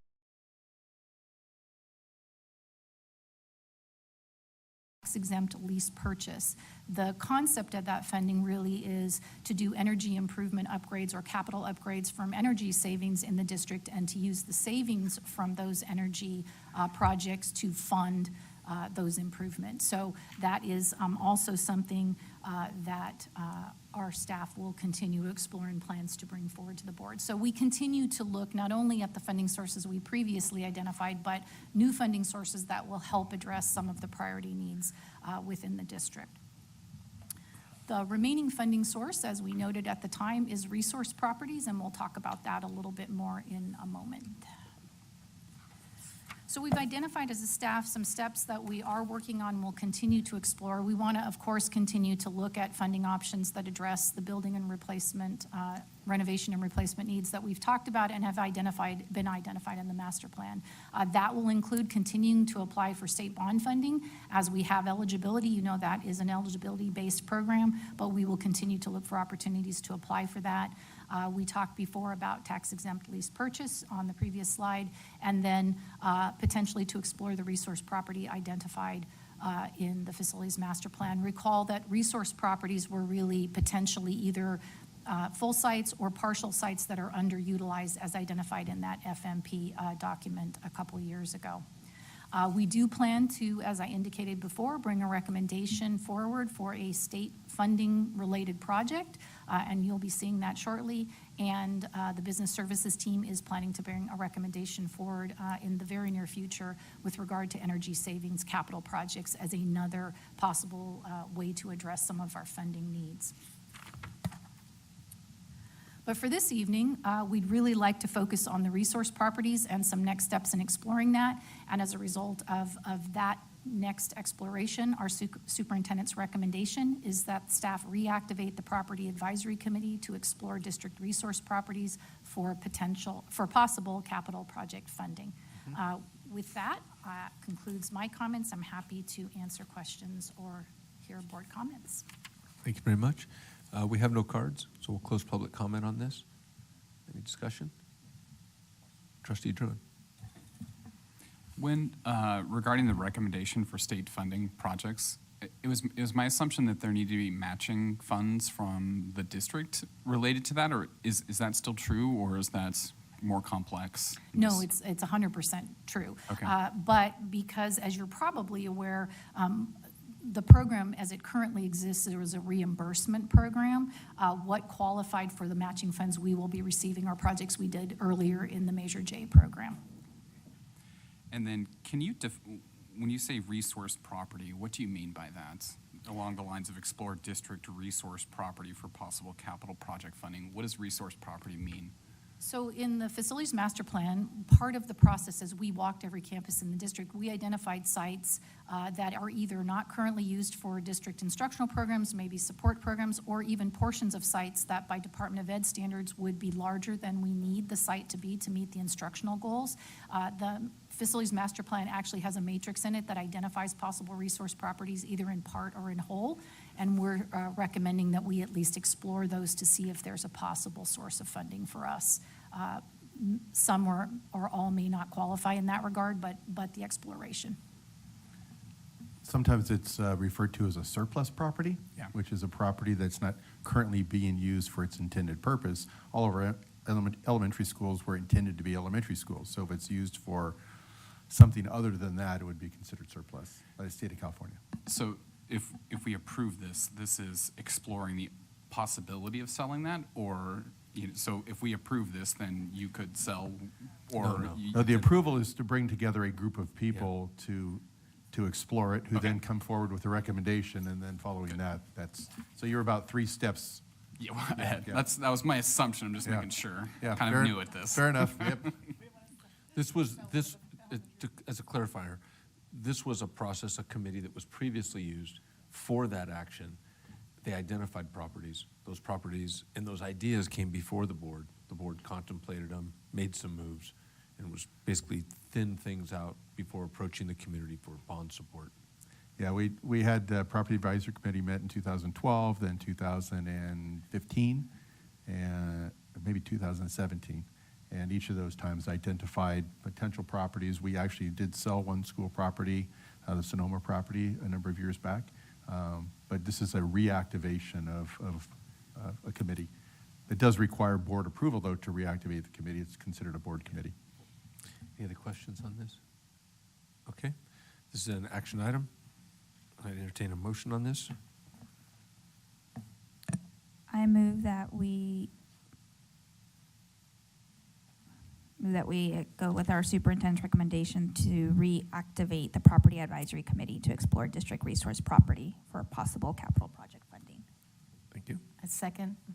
We have a motion by trustee Guzman. It's been seconded by trustee Wong in support of the superintendent's recommendation on this item. Any questions on the motion? Madam Clerk, if you'd call the roll. Myself, aye. Trustee Guzman. Aye. Trustee Druin. Aye. Trustee Wong. Aye. President Bueno. Aye. Motion carries 5-0. Thank you very much. Next item, please. Thank you very much. The next 2 items all have to do with audits, and so I'm going to hand it over to our Assistant Superintendent of Business Services, Ms. Susan Kinder. Good evening, Mr. President, members of the board, Superintendent Van Schack. I'm inviting Jeff Nigro, who's the audit principal from Nigro and Nigro, up to the podium, and he will discuss, first of all, our district audit for the 21-22 fiscal year. And Okay. I'm going to hand you the little clicker.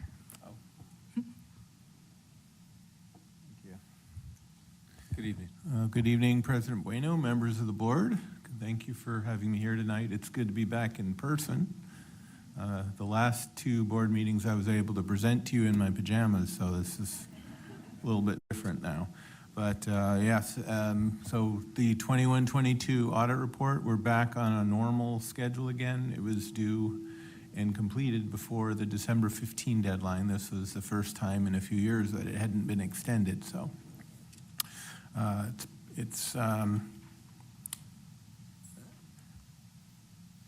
Why is an audit important? I'm not going to go through every bullet point in here, but you can read that. But I always like to start off my presentation because I think sometimes people hear the word audit and it really conjures up a lot of negative imagery.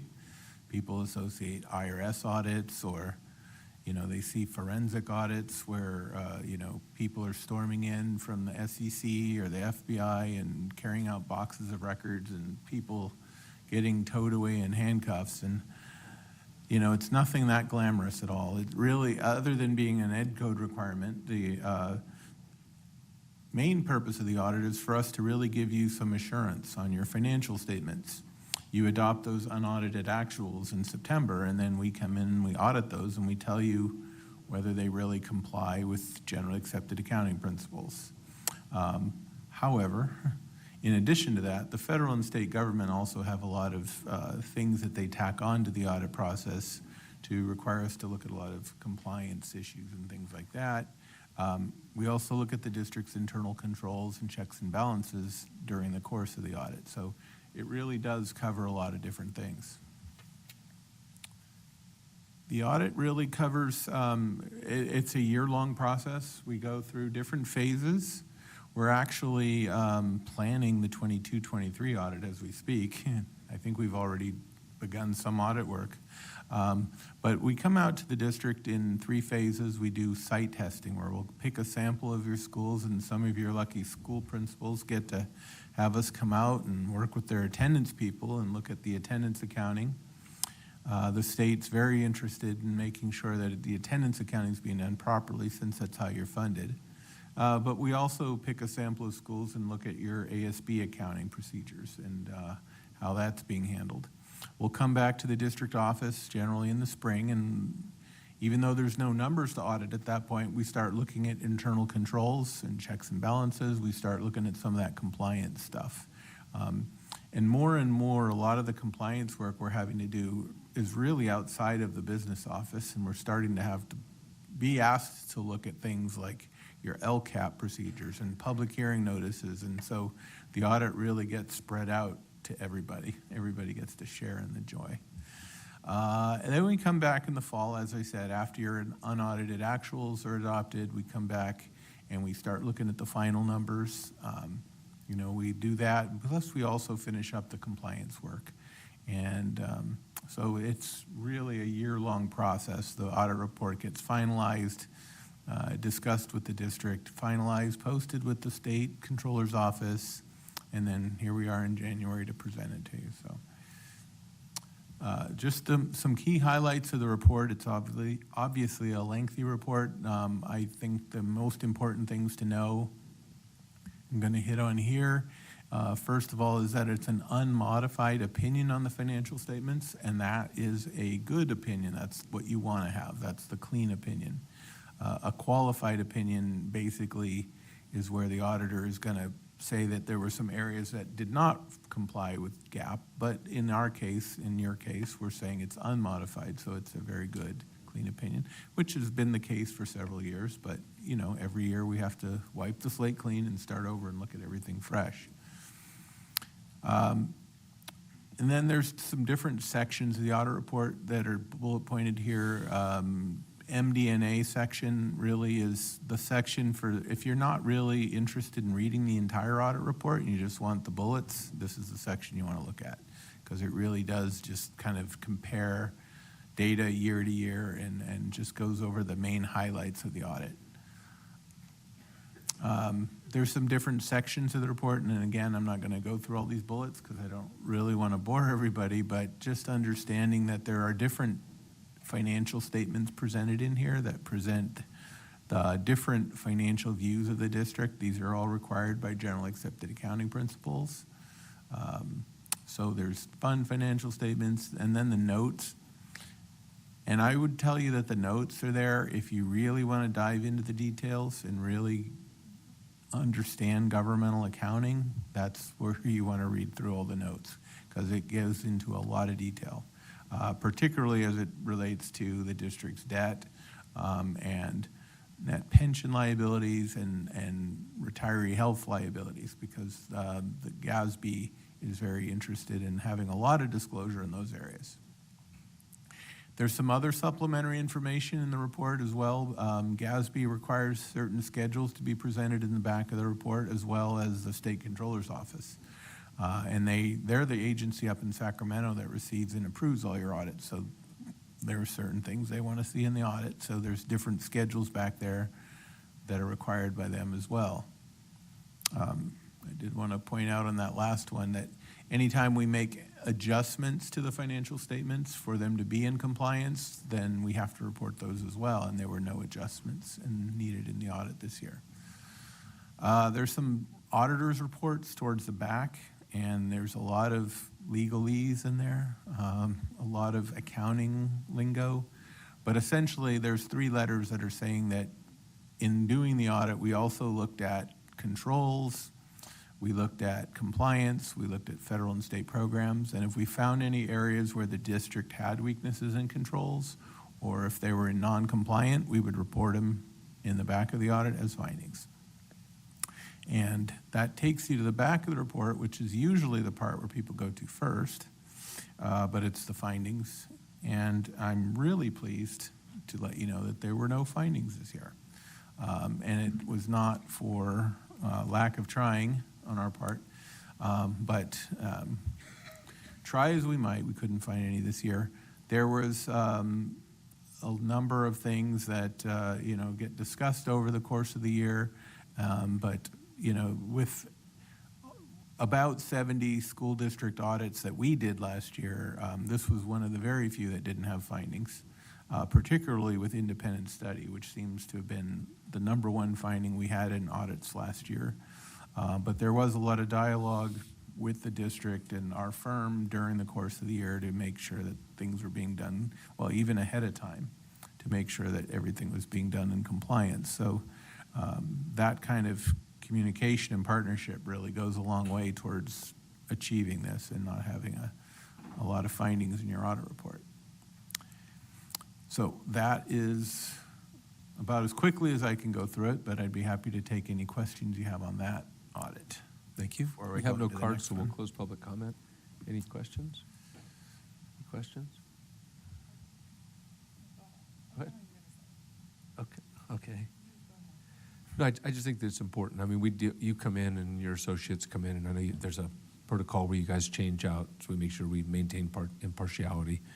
And I know you're looking, because we all have, for the public, we get an opportunity to meet and to point out any questions we might have.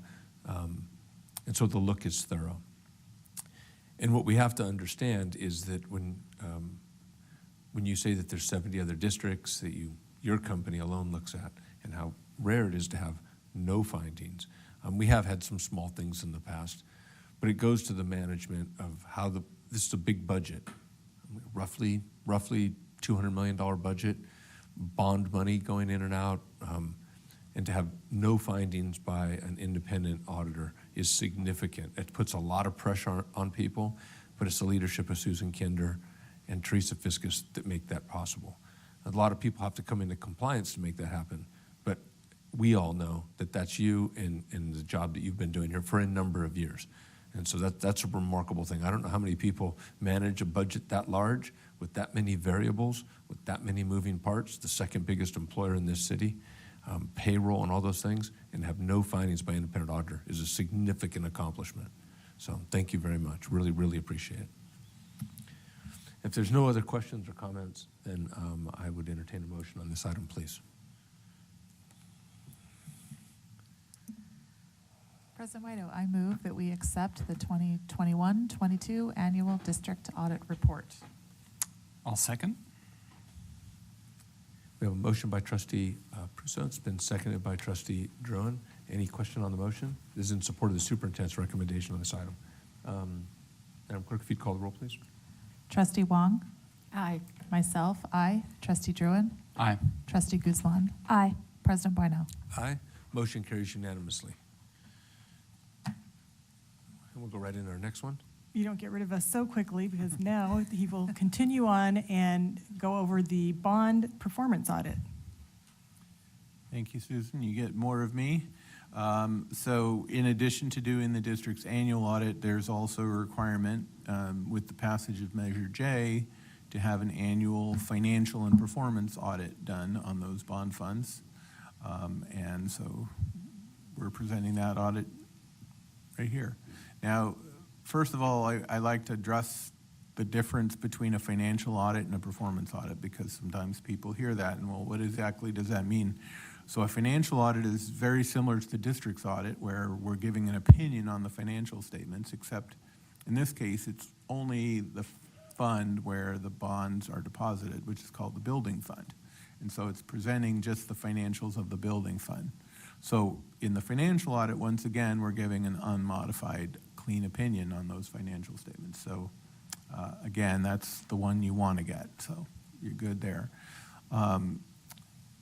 And so we've got notes to the financial statements, just like we do in the regular audit. We've got, the financial statements backed up with a lot of accounting knowledge, a lot of accounting information in there. But the performance audit is really what most people want to know about. When you hear about an audit of the bond funds, that's what most people are referring to. And so even though it only takes up 2 pages in the audit, it's really where the bulk of the time on the audit is spent, because it involves looking at how the bond funds were spent. So we're having to look And that's really the biggest piece of it, is sampling a number of the expenditures of that fund and lining them up with the actual official bond language to make sure that the funds are being spent how the district said they would spend them. It doesn't get into things like priorities or things like that, but if the funds are being used on an allowable project, then that's good. But we also look at things like basically contract procurement, how, is the district following public contract code, things like that. We're also sampling, going out to some of the sites and taking a look at the things with our own eyes just to make sure that they're lining up with what we're seeing on paper.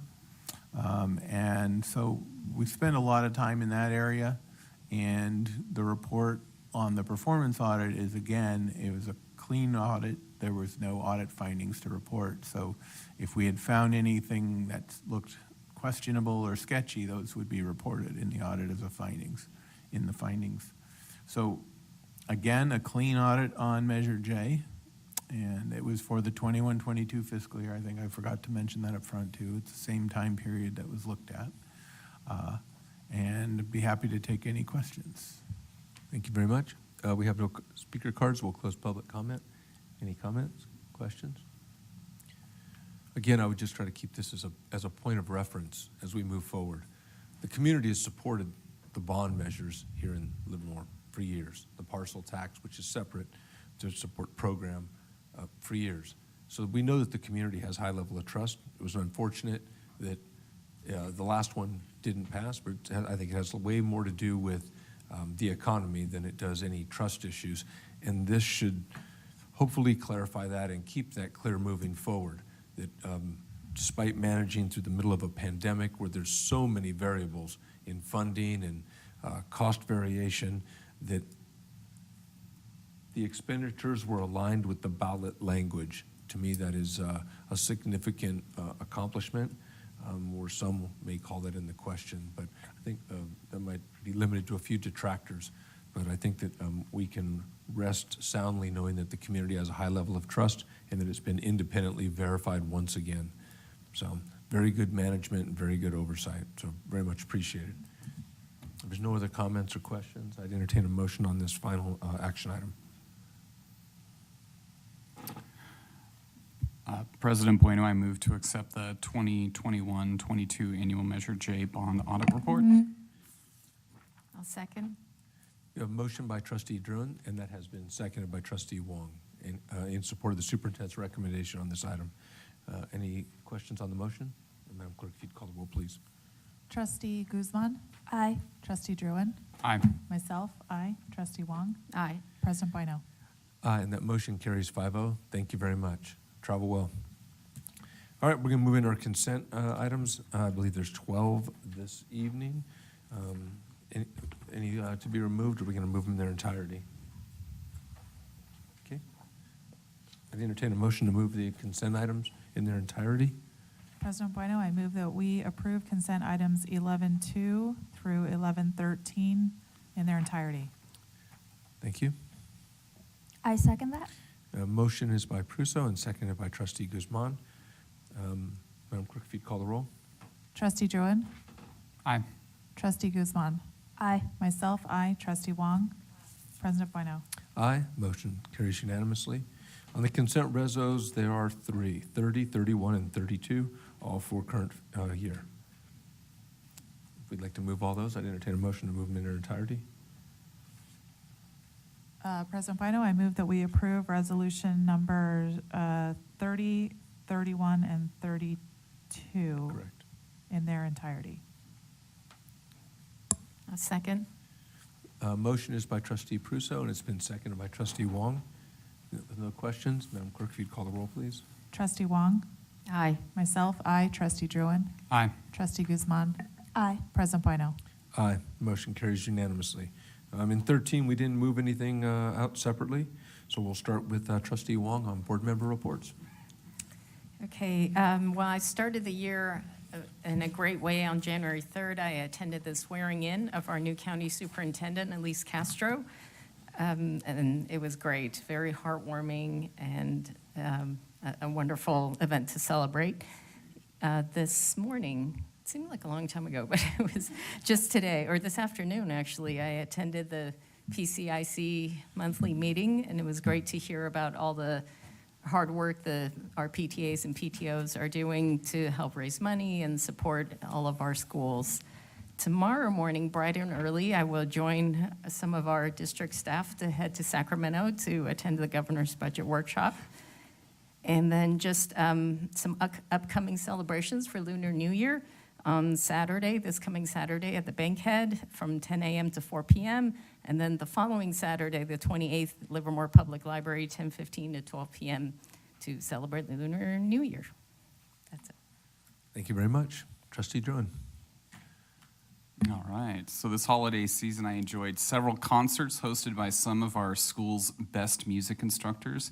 Junction students under the direction of Levin Smart beamed with pride while performing for families, friends, school staff, and community members.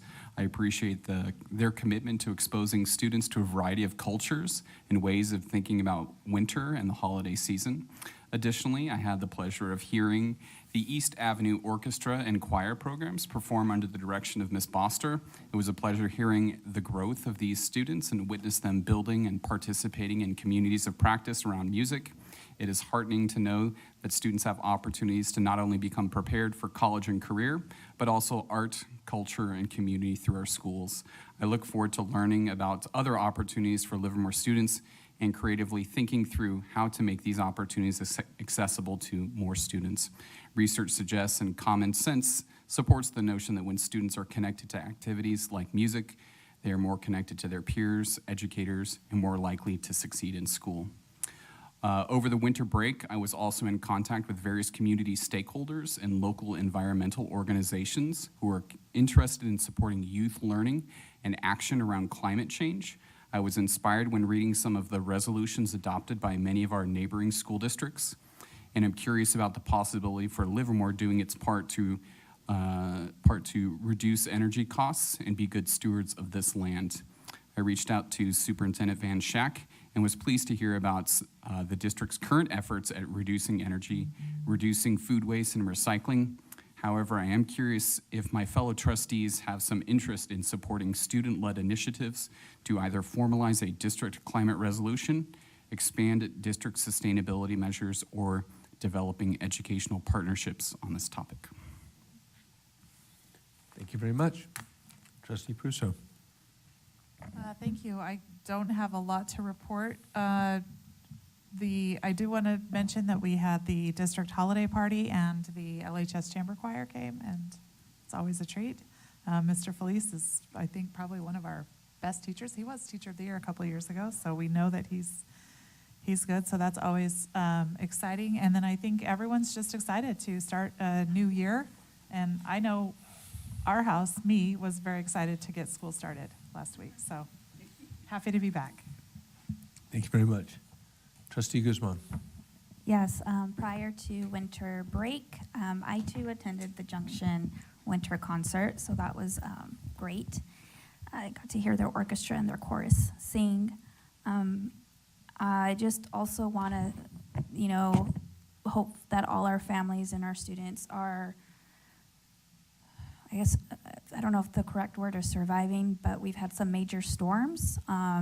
And I know some housing and neighborhoods have been affected with some flooding. Like to also make sure that if should anything happen to our schools or things like that, that our emergency preparedness plan is in place so that we are best prepared and make sure that our students are taken care of. Thanks. Thank you very much. And my comments would go much along the line as you closed with some of the preparedness things. Whatever we have to do to make sure that we're prepared. It's certainly disheartening to hear when teachers feel as though they're not in the best situation. And I know that that's the goal, is to keep them in a good situation. Sometimes it's a misunderstanding. And sometimes it's just a matter of getting together and communicating it. And I think that's where we're very fortunate, is in the field of education, you have very smart people. I mean, and they care and they want to learn. So if there's something we need to do to move that, the preparedness issue, I would strongly support that. As I also support, I don't want to call it a plight, but some people has presented as the plight of the teachers and things like that. As we go forward with negotiations and things, I want the folks that have expressed their thoughts and concerns to know that they have been heard, that the district is doing. I'm not speaking on behalf of the district, just as an individual, but it's full support to working to the best solution that we can fiscally get to. I believe that we have a great workforce. We have a lot of workplace awards. 5 out of 7 years we were awarded top workplace. So we know that people come to this district because they want to work here. And the profession of teaching is one of passion. And I've been here on this board for 8 years. This is my 9th year on the board, starting it now. And I think that there's a lot of things that we're doing, and we're doing them really, really well. Transformational projects, overwhelming community support, 2 national laboratories that we work with, youth build, things like that we're doing that really, really help this community and transform it in a positive way.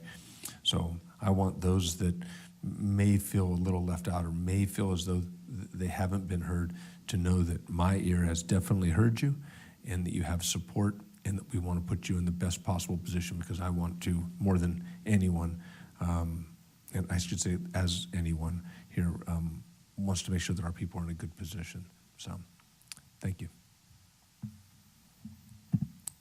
Thank you, trustees. So believe it or not, Friday of this week is the official midpoint of the school year, which means that we will be fully engaged in not only the business of this year, but we will also be busy planning for the 23-24 school year. This includes enrollment, transfers, recruitment and hiring, and the development of the 23-24 school year budget. Our enrollment process kicks off this week with informational meetings being held by our Director of Student Services, Tracy Christmas. She will provide information to parents who are new to the district, typically those with transitional kindergartners and kindergarten students. We follow up in February with our new student enrollment event at the Livermore Community Center. With an expanded transitional kindergarten class, we are expecting somewhere between 800 and 1,000 new students during the 2-day event. We will also have a group attending the governor's budget. There's a workshop tomorrow in Sacramento where we hope to gain some insight on the state budget for next year. The analysis of the governor's budget, his proposal, I should say, is the first step toward creating a balanced budget next year in the school district.